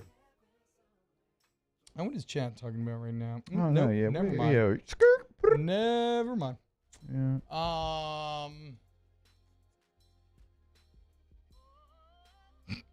real never mind. Don't look at the 104.5 ESPN chat. It's too early for these sort of conversations, y'all. Wait, what? Ridiculous. Yeah, what? SEC. It's not hard here. Okay. Okay, let's do it. The pick is Georgia until it isn't. Yeah. I can craft an argument Yeah. that LSU, like I do believe LSU going into the season, I believe they're going to be better than Alabama. Barely, but I think they will. I could craft an argument that LSU could be better than Georgia. However, I don't believe it. The one thing I'm not sure on with Georgia, something that I've been very consistent on, and again, I was really interested, Jake, picking Dan Mullen's brain about this yesterday, and that is when the actual, when they get punched in the mouth, how will Beck and Bobo respond? Beck and Bobo will roll through the regular season. Can they do what Monken and Bennett did in the SEC championship and the playoffs? Does Kirby Smart, this is something that Mullen pointed out, does Kirby Smart have the trust in Bobo that he had in Monken? No. Or is Bobo more subservient? Like, is it going to be like, oh, I think I'd run the ball here, whereas Monken could do what he wanted, right? Yeah, and Todd Monken, real quick, would tell you, that's great. We're not. I swear, like, he's a personality. He didn't care who the head coach was. When he was a receivers coach at LSU, Jimbo Fisher would say stuff to him, and he'd be like, Jimbo, we're not doing that. Like, that's just his personality. Yeah, exactly. So, I mean, so again, Georgia's going to roll. I think they win the SEC championship. I do not think they win the national championship, but that's the biggest weakness there. And I like LSU second in the conference, and then Alabama third. And I think you're going to get an Alabama team that will probably play multiple quarterbacks this year, and I think maybe they go to more of a running identity with Jalen Milroe, dude. And I think that could be very good for them. I mean, it'll be good enough to beat everybody else in the conference, I believe. All right, let's go ahead and just and do this, and let's be honest with ourselves and our audience. If Alabama was not Alabama, we wouldn't have them number one in the West. Just off what they have coming back right now, experience chart, they're 127th in the country. Yeah. In what they bring back, and you know one of the things they do not bring back is Bryce Young at quarterback. They only return and Will Anderson. They return 5 starters on offense, 4 on defense, and we're talking about 2 top 5 picks that they lost, and they did not replace them. Now, Dallas Turner, great player, not quite to the level of Will Anderson, and they certainly didn't replace Bryce Young at quarterback. Another team, and they're replacing both coordinators. I mean, the list goes on and on. They do it a lot, but still, like, yeah, eventually that's going to catch up to you. Both in 1 year has only happened, I think, one other time, and it did not go well the next year. I want to say they took a step back. I'm trying to remember. Well, actually, let me look that up. Sorry, continue. So you lose your leading rusher, you lose your leading passer. You also, when you look at leading receiver, you bring them both back, but neither one of them had 700 yards. So even the production you bring back is still in older players. So you kind of know who they are, Jermaine Burton, those type of players. If you're looking at LSU, and again, like, look, I got a purple and gold sweatshirt on. I realize what this sounds like, but if you just do a deep dive into it, and the names weren't there, it was Team A and Team B. Well, Team B made it to the SEC championship game last year. They return right now 15 starters, 8 on offense, 7 on defense, and they added through the portal all-conference type players in the positions where they were weak. They return their leading passer, their top 3, 4, 5. Their top 5 leading rushers, and they added Notre Dame's second leading rusher. They return their leading receiver in Malik Neighbors, right? So they return a lot. They return their leading sack getter. They return their second, third, fourth, and fifth leading tacklers. If you take a look at just the actual facts of it, LSU right now should be exactly where we have them as the best team in the West. Is it going to be enough to be the best team in the SEC? That is the question. When you take a look at how last year's game went, it was not close. Georgia had LSU's number. LSU made some plays in that game. Sure, they've got to do more. Are they to that level? We will find out. We'll find out pretty quick. We'll find out a lot about this team against Florida State. But the whole point is, if Alabama didn't have their numbers, their individual numbers on their helmet, and it was somebody else, we would not have them number one. And I get it. They've earned the right to be talked about. but they don't return a lot. The guys they do return aren't their best players, and they have to go out there. They've got to prove, and they'll have their opportunity week 2 against Texas. But LSU right now, you should not feel like a homer pick having them number 1 in the West. Yeah, I agree. I can't. I mean, I won't take LSU to beat Georgia yet, but I do think they're better than Alabama entering the year. So there's not much to add. I mean, look, Saban deserves all the respect in the world, but we are giving him respect. I mean, he's still, they're still going to win 10 games, maybe 11. Surprise team in the SEC. Oh wait, sorry, Georgia winner. You got Georgia winning. What about you, Mara? I'll go LSU. Screw it. I'm so close. I'll go LSU. They have so much coming back. Jaden was so good. I'm very confident he's going to be better attacking the second and third levels of the field this year. They're very deep in many positions. You have a star on, lots of levels of the defense. Maybe not in the secondary yet, but at least 2 out of 3 you have stars. So secondary worries me. I like LSU, man. It's going to be tough, but I like LSU. If you had Garner coming back at corner, who he left early and should not have left early, how much better do you feel about this team? If you had who coming back? Garner coming back at corner. Oh, yeah. I mean, I watched the LSU-Alabama game was on TV yesterday during off-campus, and I had it on in the office, and he made so many plays in that game. Just a tall, rangy corner. Again, leaves school early when he could have come back. And I don't think he got drafted. No. He went undrafted. Well, and then the thing is, Jake, we've talked about it. Anybody who's been out of practice, it's we've seen 1 or 2 corners that we feel really, really good about what's going to happen behind them. If you have a Mekhi Garner, you're looking at 3, maybe even 4 corners that you feel good about. That completely changes your depth on defense. Does Sage Ryan have to play corner like he's been cross-training at? That changes everything in your defense. He would be a huge piece to this team. Taylor, pick. I want to go LSU so bad, but I'm actually going to go Georgia. I think it's very close. I could flip a coin here. I could flip a coin right here. If we talked about this tomorrow, I might even go LSU, but I'm going to go Georgia right now. It is completely Georgia's Georgia, and Georgia back-to-back national champions. They might have the best player in the country in Brock Bowers. So I completely understand it. Even though they only returned 13 guys and they have a new coordinator on offense that I don't know that he can do it in today's college football. All new quarterback, you lose your leading rusher, all of that. Yeah, it calls for concern. But until you prove me otherwise, it is hard to go against Georgia because of what they've done and how dominant they've been in that run. Ava says, don't have to worry about the secondary and the D-lines ransacking the quarterback every play. Big brain. Yeah, I mean, it helps. That's the idea. That's what we were talking about the other day, right? It's a symbiotic relationship. The better you can be there, the more you cover up. But that's also why you need one of the edge rushers to continue to elevate himself because you feel good about the interior and Harold Perkins, what he can do for you. But you need one of those edge rushers. Because Savion's going to be somebody that sets the edge. You need an edge rusher to get after the quarterback at a high level. Yeah, and then also, remember I said symbiotic, right? That water flows both ways. Yep. And the worst thing is if your secondary is just getting beat, well, then you're not going to get home on the pass rush as much as you would. So we'll see, man. Surprise teams? Surprise team? Yeah, surprise team.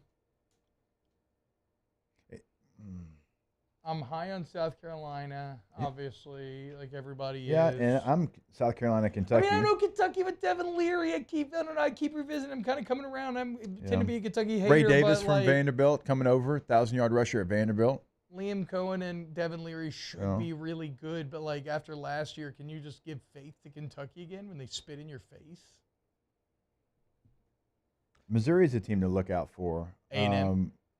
You scared? A&M returns a lot, but a lot from a bad football team. We'll see how much they can grow. Missouri returns the 8th most production in the country. And outside of Ohio State, say what you want, they gave Georgia the best game. So can Eli Drinkwitz get that team playing? God, how they lost that Auburn game was criminal. Chargers should have been pressed on somebody. Yeah. No, it was the worst I've ever seen almost. So maybe Memphis. Missouri. I'm looking at Memphis. Talking about your boy? Yeah, no. Missouri needs to be in this conversation, just like South Carolina, Kentucky. Maybe they've put themselves, because right now I got them a step below that. It's like you got Georgia, then you've got South Carolina, Kentucky, Tennessee, and then you've got Missouri, and then you've got Vandy and Florida. If I tiered it. Yeah, I could see that. Yeah, I guess no Tennessee talk. Like, I just don't think. I think Tennessee's going to. I think they'll win 10 games, but I don't think they're going to challenge for a championship. We're putting a lot of faith in Joe Milton when Joe Milton hasn't been good when we've seen him at multiple schools. Wait, I thought he was good. He was good last year. He was good really last He was good, but it bowl was game. 3 games. He was good. Yeah. That's what Okay, I'm saying. what defines good? Being able to throw it 90 yards on a road. No. See, that does not. Because I said the same thing because of what it looked like. I'm trying to pull up. No, but he had a good bowl game. Like, what were Okay, his but by numbers in the time though, bowl because I'm game? trying to look it up right now. Look like Tarzan, play like James. I could tell you No, but that's last not year. true, though. Well, He had a great yeah, I bowl don't- game against Clemson. Last Okay, year, his okay. stats: 10 touchdowns, no picks. Yeah, that's what But I'm saying. that's a small sample size. He was 19 of 28, 251, 3 touchdowns in the bowl game. So, Yeah, great. so you are exactly right Against a good defense. against Clemson. Yeah, it's a really good Clemson defense. Last year, there was a lot of good. Now, 4 of 8 against South Carolina, 108 yards, though, and a touchdown. So he's going to push the ball down the field. He wasn't great against Vandy. Now, they won the game 56-0. He was a starter. He's 11 of 21 for 140, completed 52% of his passes. If you get the Joe Milton from the bowl game against Clemson, then you're challenging Georgia. See, the only thing I don't know there is, like, I don't think he's going to be better than that team last year, and that team last year couldn't have handled Georgia at all. But maybe so. It's interesting to me. Challenging and actually beating them is 2 different things. You want to do a as little well. SAT here? To me. SAT? I'd take the ACT. ACT then? Penn State is to Michigan as Tennessee is to Georgia.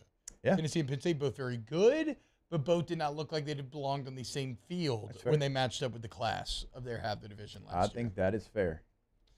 But I like Tennessee to win 10 games, which is crazy that now I'm just here to a point where I just assume Tennessee's going to win 10 games considering they sucked for 15 years, basically.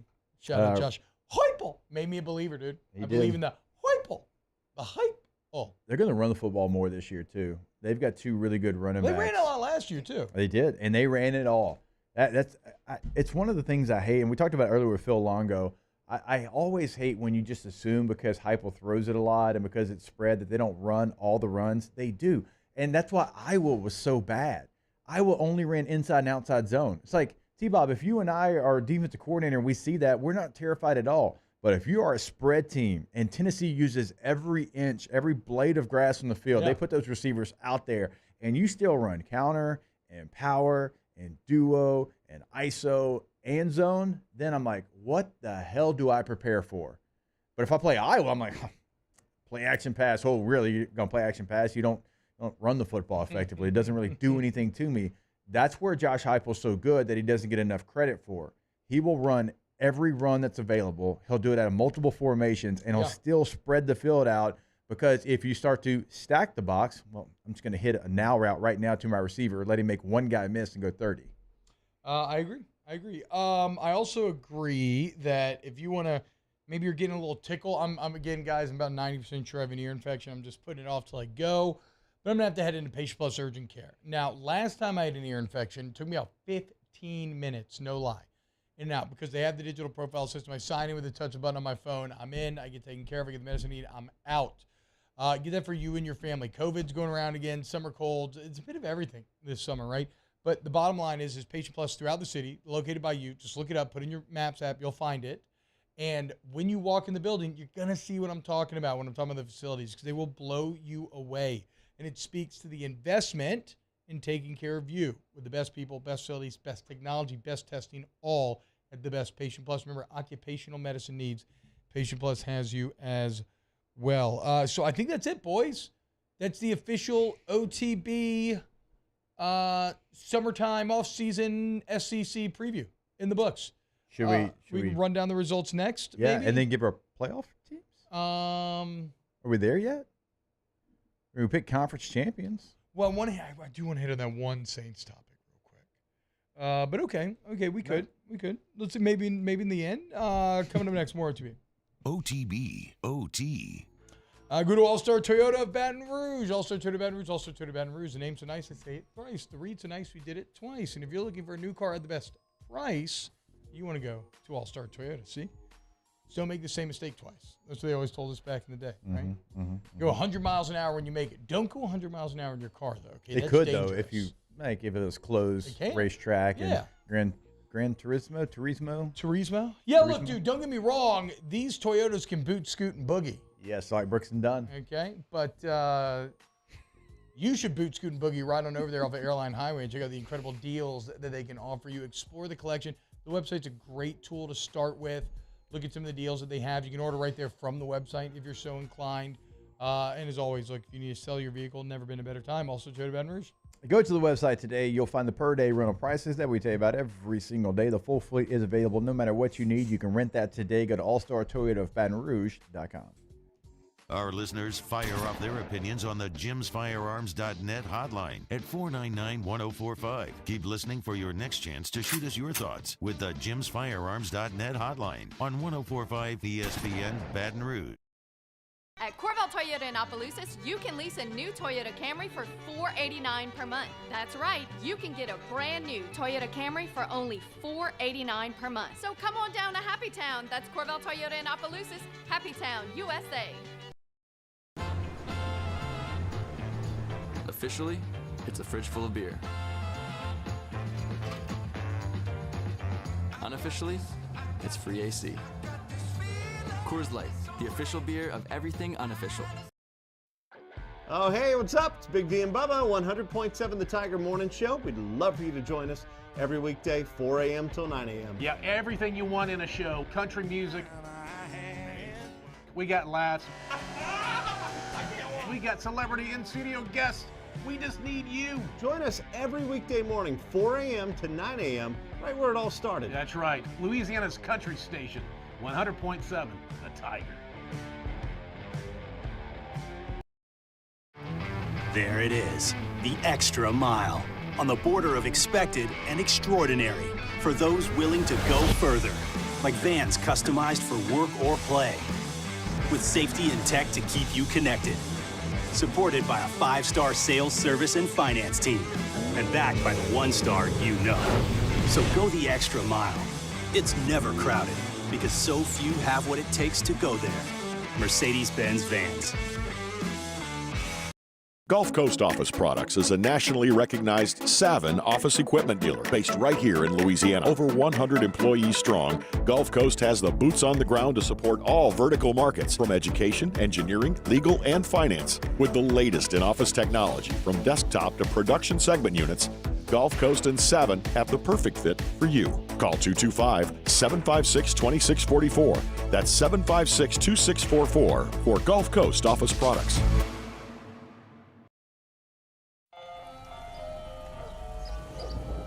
Hey there, little buddy. What's the matter? What's the matter? My windows, siding, and my door. That's what's the matter. Relief Windows can fix all of that. I got you. Pop, pop. What's up? Oh my gosh, look! Curb appeal. That's a good-looking neighborhood. ReliefWindows.com. Dylan Cruz here to tell you about Six Rings Baseball and Softball Camp. If you live on the North Shore and play ball, go to Six Rings Camps with former LSU assistant coach Dan Canaveri. His knowledge is second to none, and your child will improve and have fun doing it. Camps were held at Coquille Park and Six Rings Academy in Covington with 4 sessions over the summer. Full day and morning only sessions are available from ages 7 to 13. Go to sixringsbaseball.com. Matt Moscona inviting you to join us for Wednesday's Hump Day AFR presented by Pluckers. Brian Kelly updates fall camp. We'll let you hear from the coach, and we'll continue our tour around the SEC, checking in on Missouri. Join us 3 to 6, 104.5 ESPN Baton Rouge.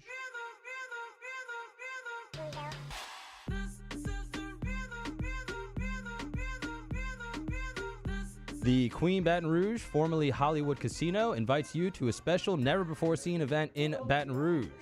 On Thursday, August 24th, the Queen presents a drone light show. The show will begin just after 8:30 p.m.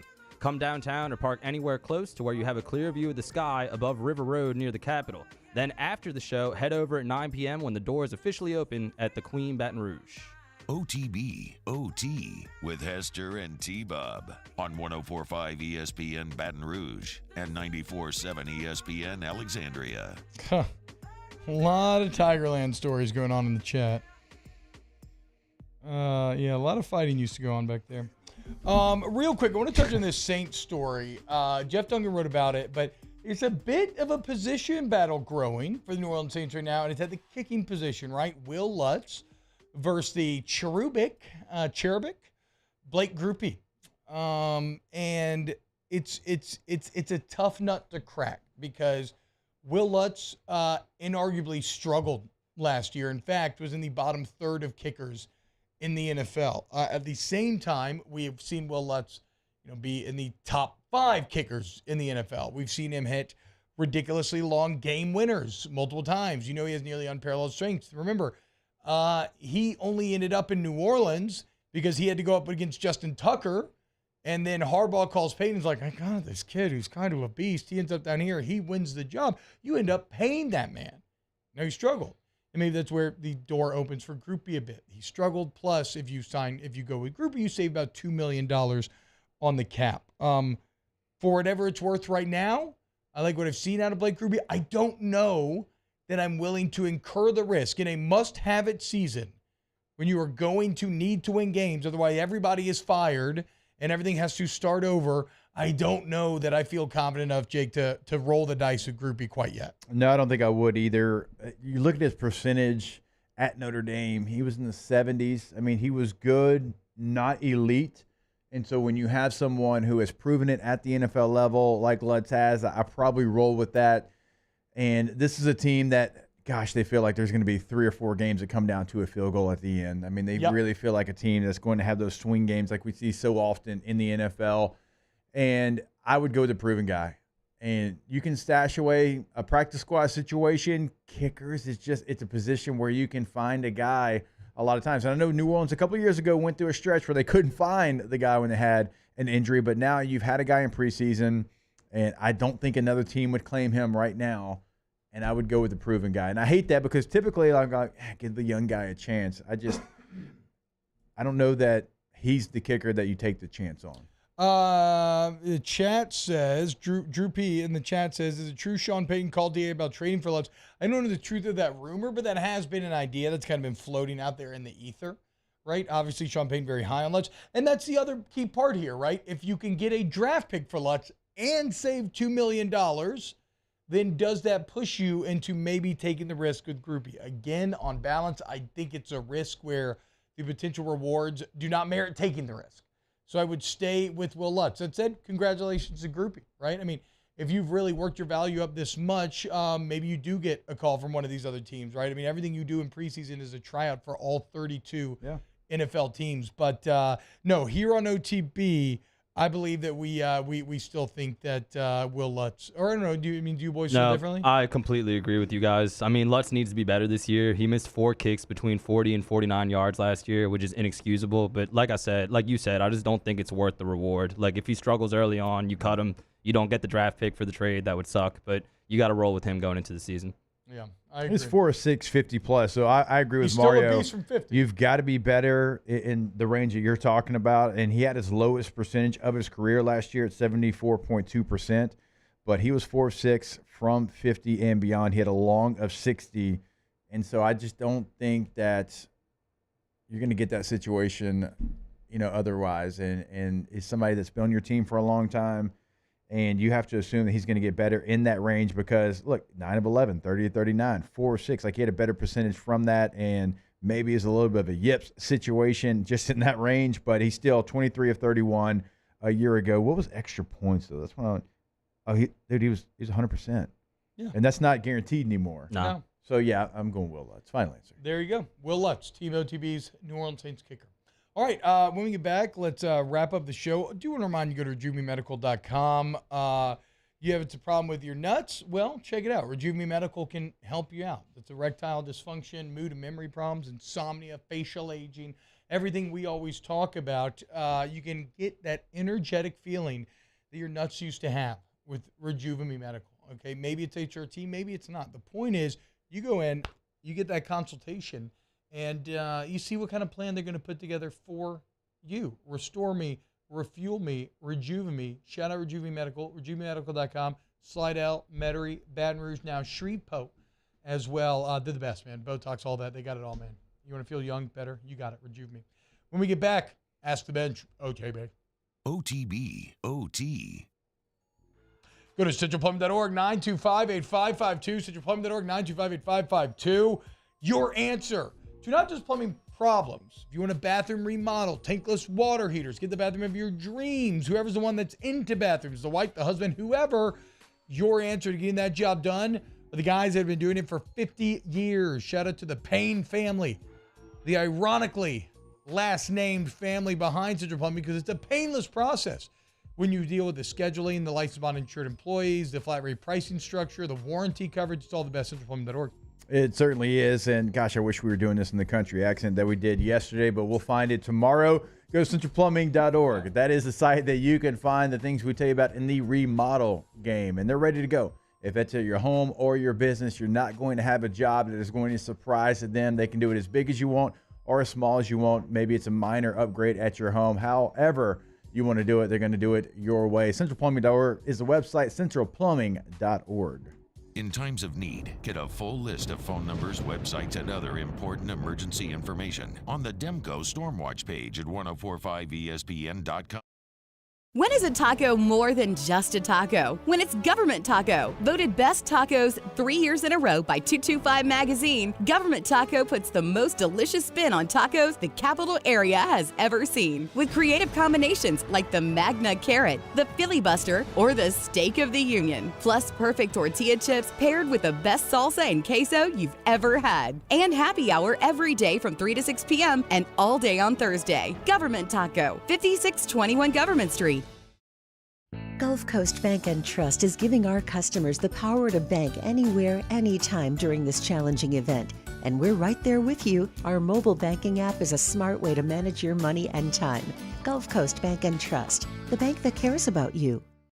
Hello, Samantha, dear, I hope you're feeling fine. And it won't be long until I'm with you all the time. But until then, I spend my money up right down on my last dime.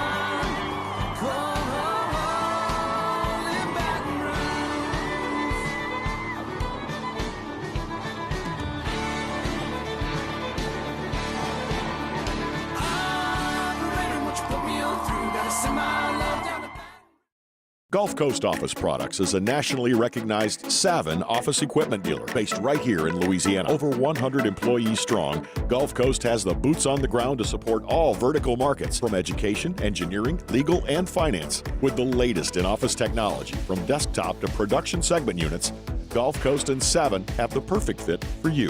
Call 225-756-2644. That's 756-2644 for Gulf Coast Office Products. I've been doing business with Luba for 25 years.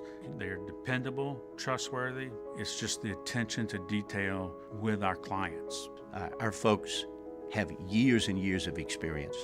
They're highly trained professionals. But many companies have that asset. What I'd like to think makes Luba a bit different is that we use those talents in a way that truly is dedicated to serving the needs of the folks who depend on us. There it is, the extra mile, on the border of expected and extraordinary, for those willing to go further, like vans customized for work or play, with safety and tech to keep you connected, supported by a 5-star sales, service, and finance team, and backed by the 1-star you know. So go the extra mile. It's never crowded, because so few have what it takes to go there. Mercedes-Benz Vans.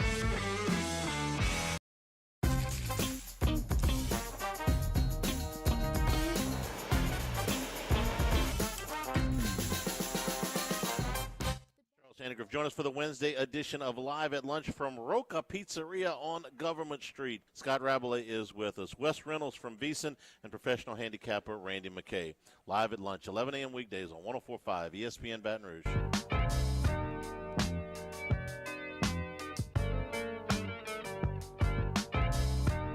OTB OT with Hester and T-Bob on 104.5 ESPN Baton Rouge and 94.7 ESPN Alexandria. Ask the Bench, brought to you by Cold Curse Light. Visit our Tilted Blue Moon Light Sky Citrus Suite. Until we get some Ask the Bench questions in here. Spoiler-free review of Ahsoka. First 2 episodes debuted last night. I loved it. From a production value standpoint, it is A+, 10 out of 10. It looks like a big screen movie. The effects are excellent, a lot of good practical effects. The compositions are beautiful. You can see Dave Filoni's animation background flexing every single shot. I think there's a natural inclination to immediately compare it to something like Andor, which is probably the best new Star Wars that have been made, along with like Mando Season 2 and maybe some other stuff, but and maybe like Rogue One. But look, I think that Andor has more mainstream appeal. I think Andor is probably a bit more strongly written, but of course it is. It's Tony Gilroy. Ahsoka is for what feels like the real Star Wars nerds, right? The ones who, like, I don't know what you would feel like watching this show if you haven't watched, like, Rebels, the cartoon, because this is a direct continuation of that mythology. So it's, I can't wait to see where it goes, man. I was head over heels, all the castings, everything really well done. So shout out to Ahsoka, Dave Filoni, very successful start. Ask the Bench, pizza or calzone? Pizza. Yeah. Pizza, Come on, pizza, dude, what are you pizza. talking about? Tell Little Caesar. Ask the Bench, is it time for us to burn all our flestering gear due to lack of performance, or do we wait until the statewide burn ban is over? Wait until the burn ban is over, but yes. Yeah, what are we doing? You ain't count on that guy. You know what position he didn't play? Fullback. Yeah. You can count on fullbacks. I agree. Dependable, trustworthy. I mean, he missed games that year, you know? Never talk about it. Missed the SEC championship. Was he really that good? Actually, 3, basically. Yeah. I mean, he missed basically the Arkansas game. He threw a pick against Middle Tennessee. Couldn't have been that good. I wonder what I don't think he played in that game, actually. That was parallel. I wonder what he's up to I'm pretty these sure he days. threw a pick before. I think that's when he got hurt, I thought. Am I wrong? I thought he completely missed that game. Maybe I'm wrong. He threw a pick a bunch of games in a row. Yeah. Yeah, he's going to be so pissed. Ask the Bench, is Jake showing off the fact that his feet are larger than T-Bob's? T-Bob actually got me these shoes. Not with these Hoka sandals. They make my feet look huge. Just don't look at how much foot's actually in this sandal. T-Bob got me these shoes. Yeah, hell yeah, Canes. Actually, Canes gave them to you, so shout out Canes Footwear. Yeah, no doubt. They're cozy. They're so cozy. I told you, Rivers was trying to hate on me. I told you. Did I try to hate on you? You were like, that's not as easy as it looked when I slipped them on and slipped them off, and they were cozy. Did I hate on you for wearing them like Rivers did? No, not hate on me for wearing them, but when I was showing them to you, I like tried to slip them off, and they got caught on my feet a little bit, and you were both like, I don't think that was as easy as you meant it to be. But you get it now. They're great. I think you're lying. No, it was just a little jabbing. It was just a little airport jabbing. I don't think so. Y'all have a great day. Yeah, bare Thursday's feet OTB. in the airport. OTB, OT. Go to Accutemp Baton Rouge. High of 105 today. Yay. Again, we just glossed over it. Go to AccuTempBR. Yeah, stop telling us how hot it's going to be, Mario, please. Yeah, give me the low from now on instead of the high. We're going to set our mood. We're going to set our jaw, set our mood in a positive way. But you know what will put you in a negative mood? The AC breaking down. Accutemp Baton Rouge, your AC heating and electrical experts. Seems like campus could have used them yesterday. So the bottom line is, when you need help, you want Accutemp Baton Rouge, look at the Google online reviews, y'all. That service to the highest degree is not just talk. They walk the walk. Accutemp BR. The internet literally hates everything. Everything, but they love Accutemp because look at the ratings. You're not going to go find negative reviews. You're going to see only positive reviews because that's the kind of work that they're going to do for you. You're going to know exactly who's coming into your home. You're going to get a full profile before they get there. Schedule that appointment today, AccuTempBR.com. There it is, the extra mile, on the border of expected and extraordinary, for those willing to go further, like vans customized for work or play, with safety and tech to keep you connected, supported by a 5-star sales, service, and finance team, and backed by the 1-star you know. So go the extra mile. It's never crowded, because so few have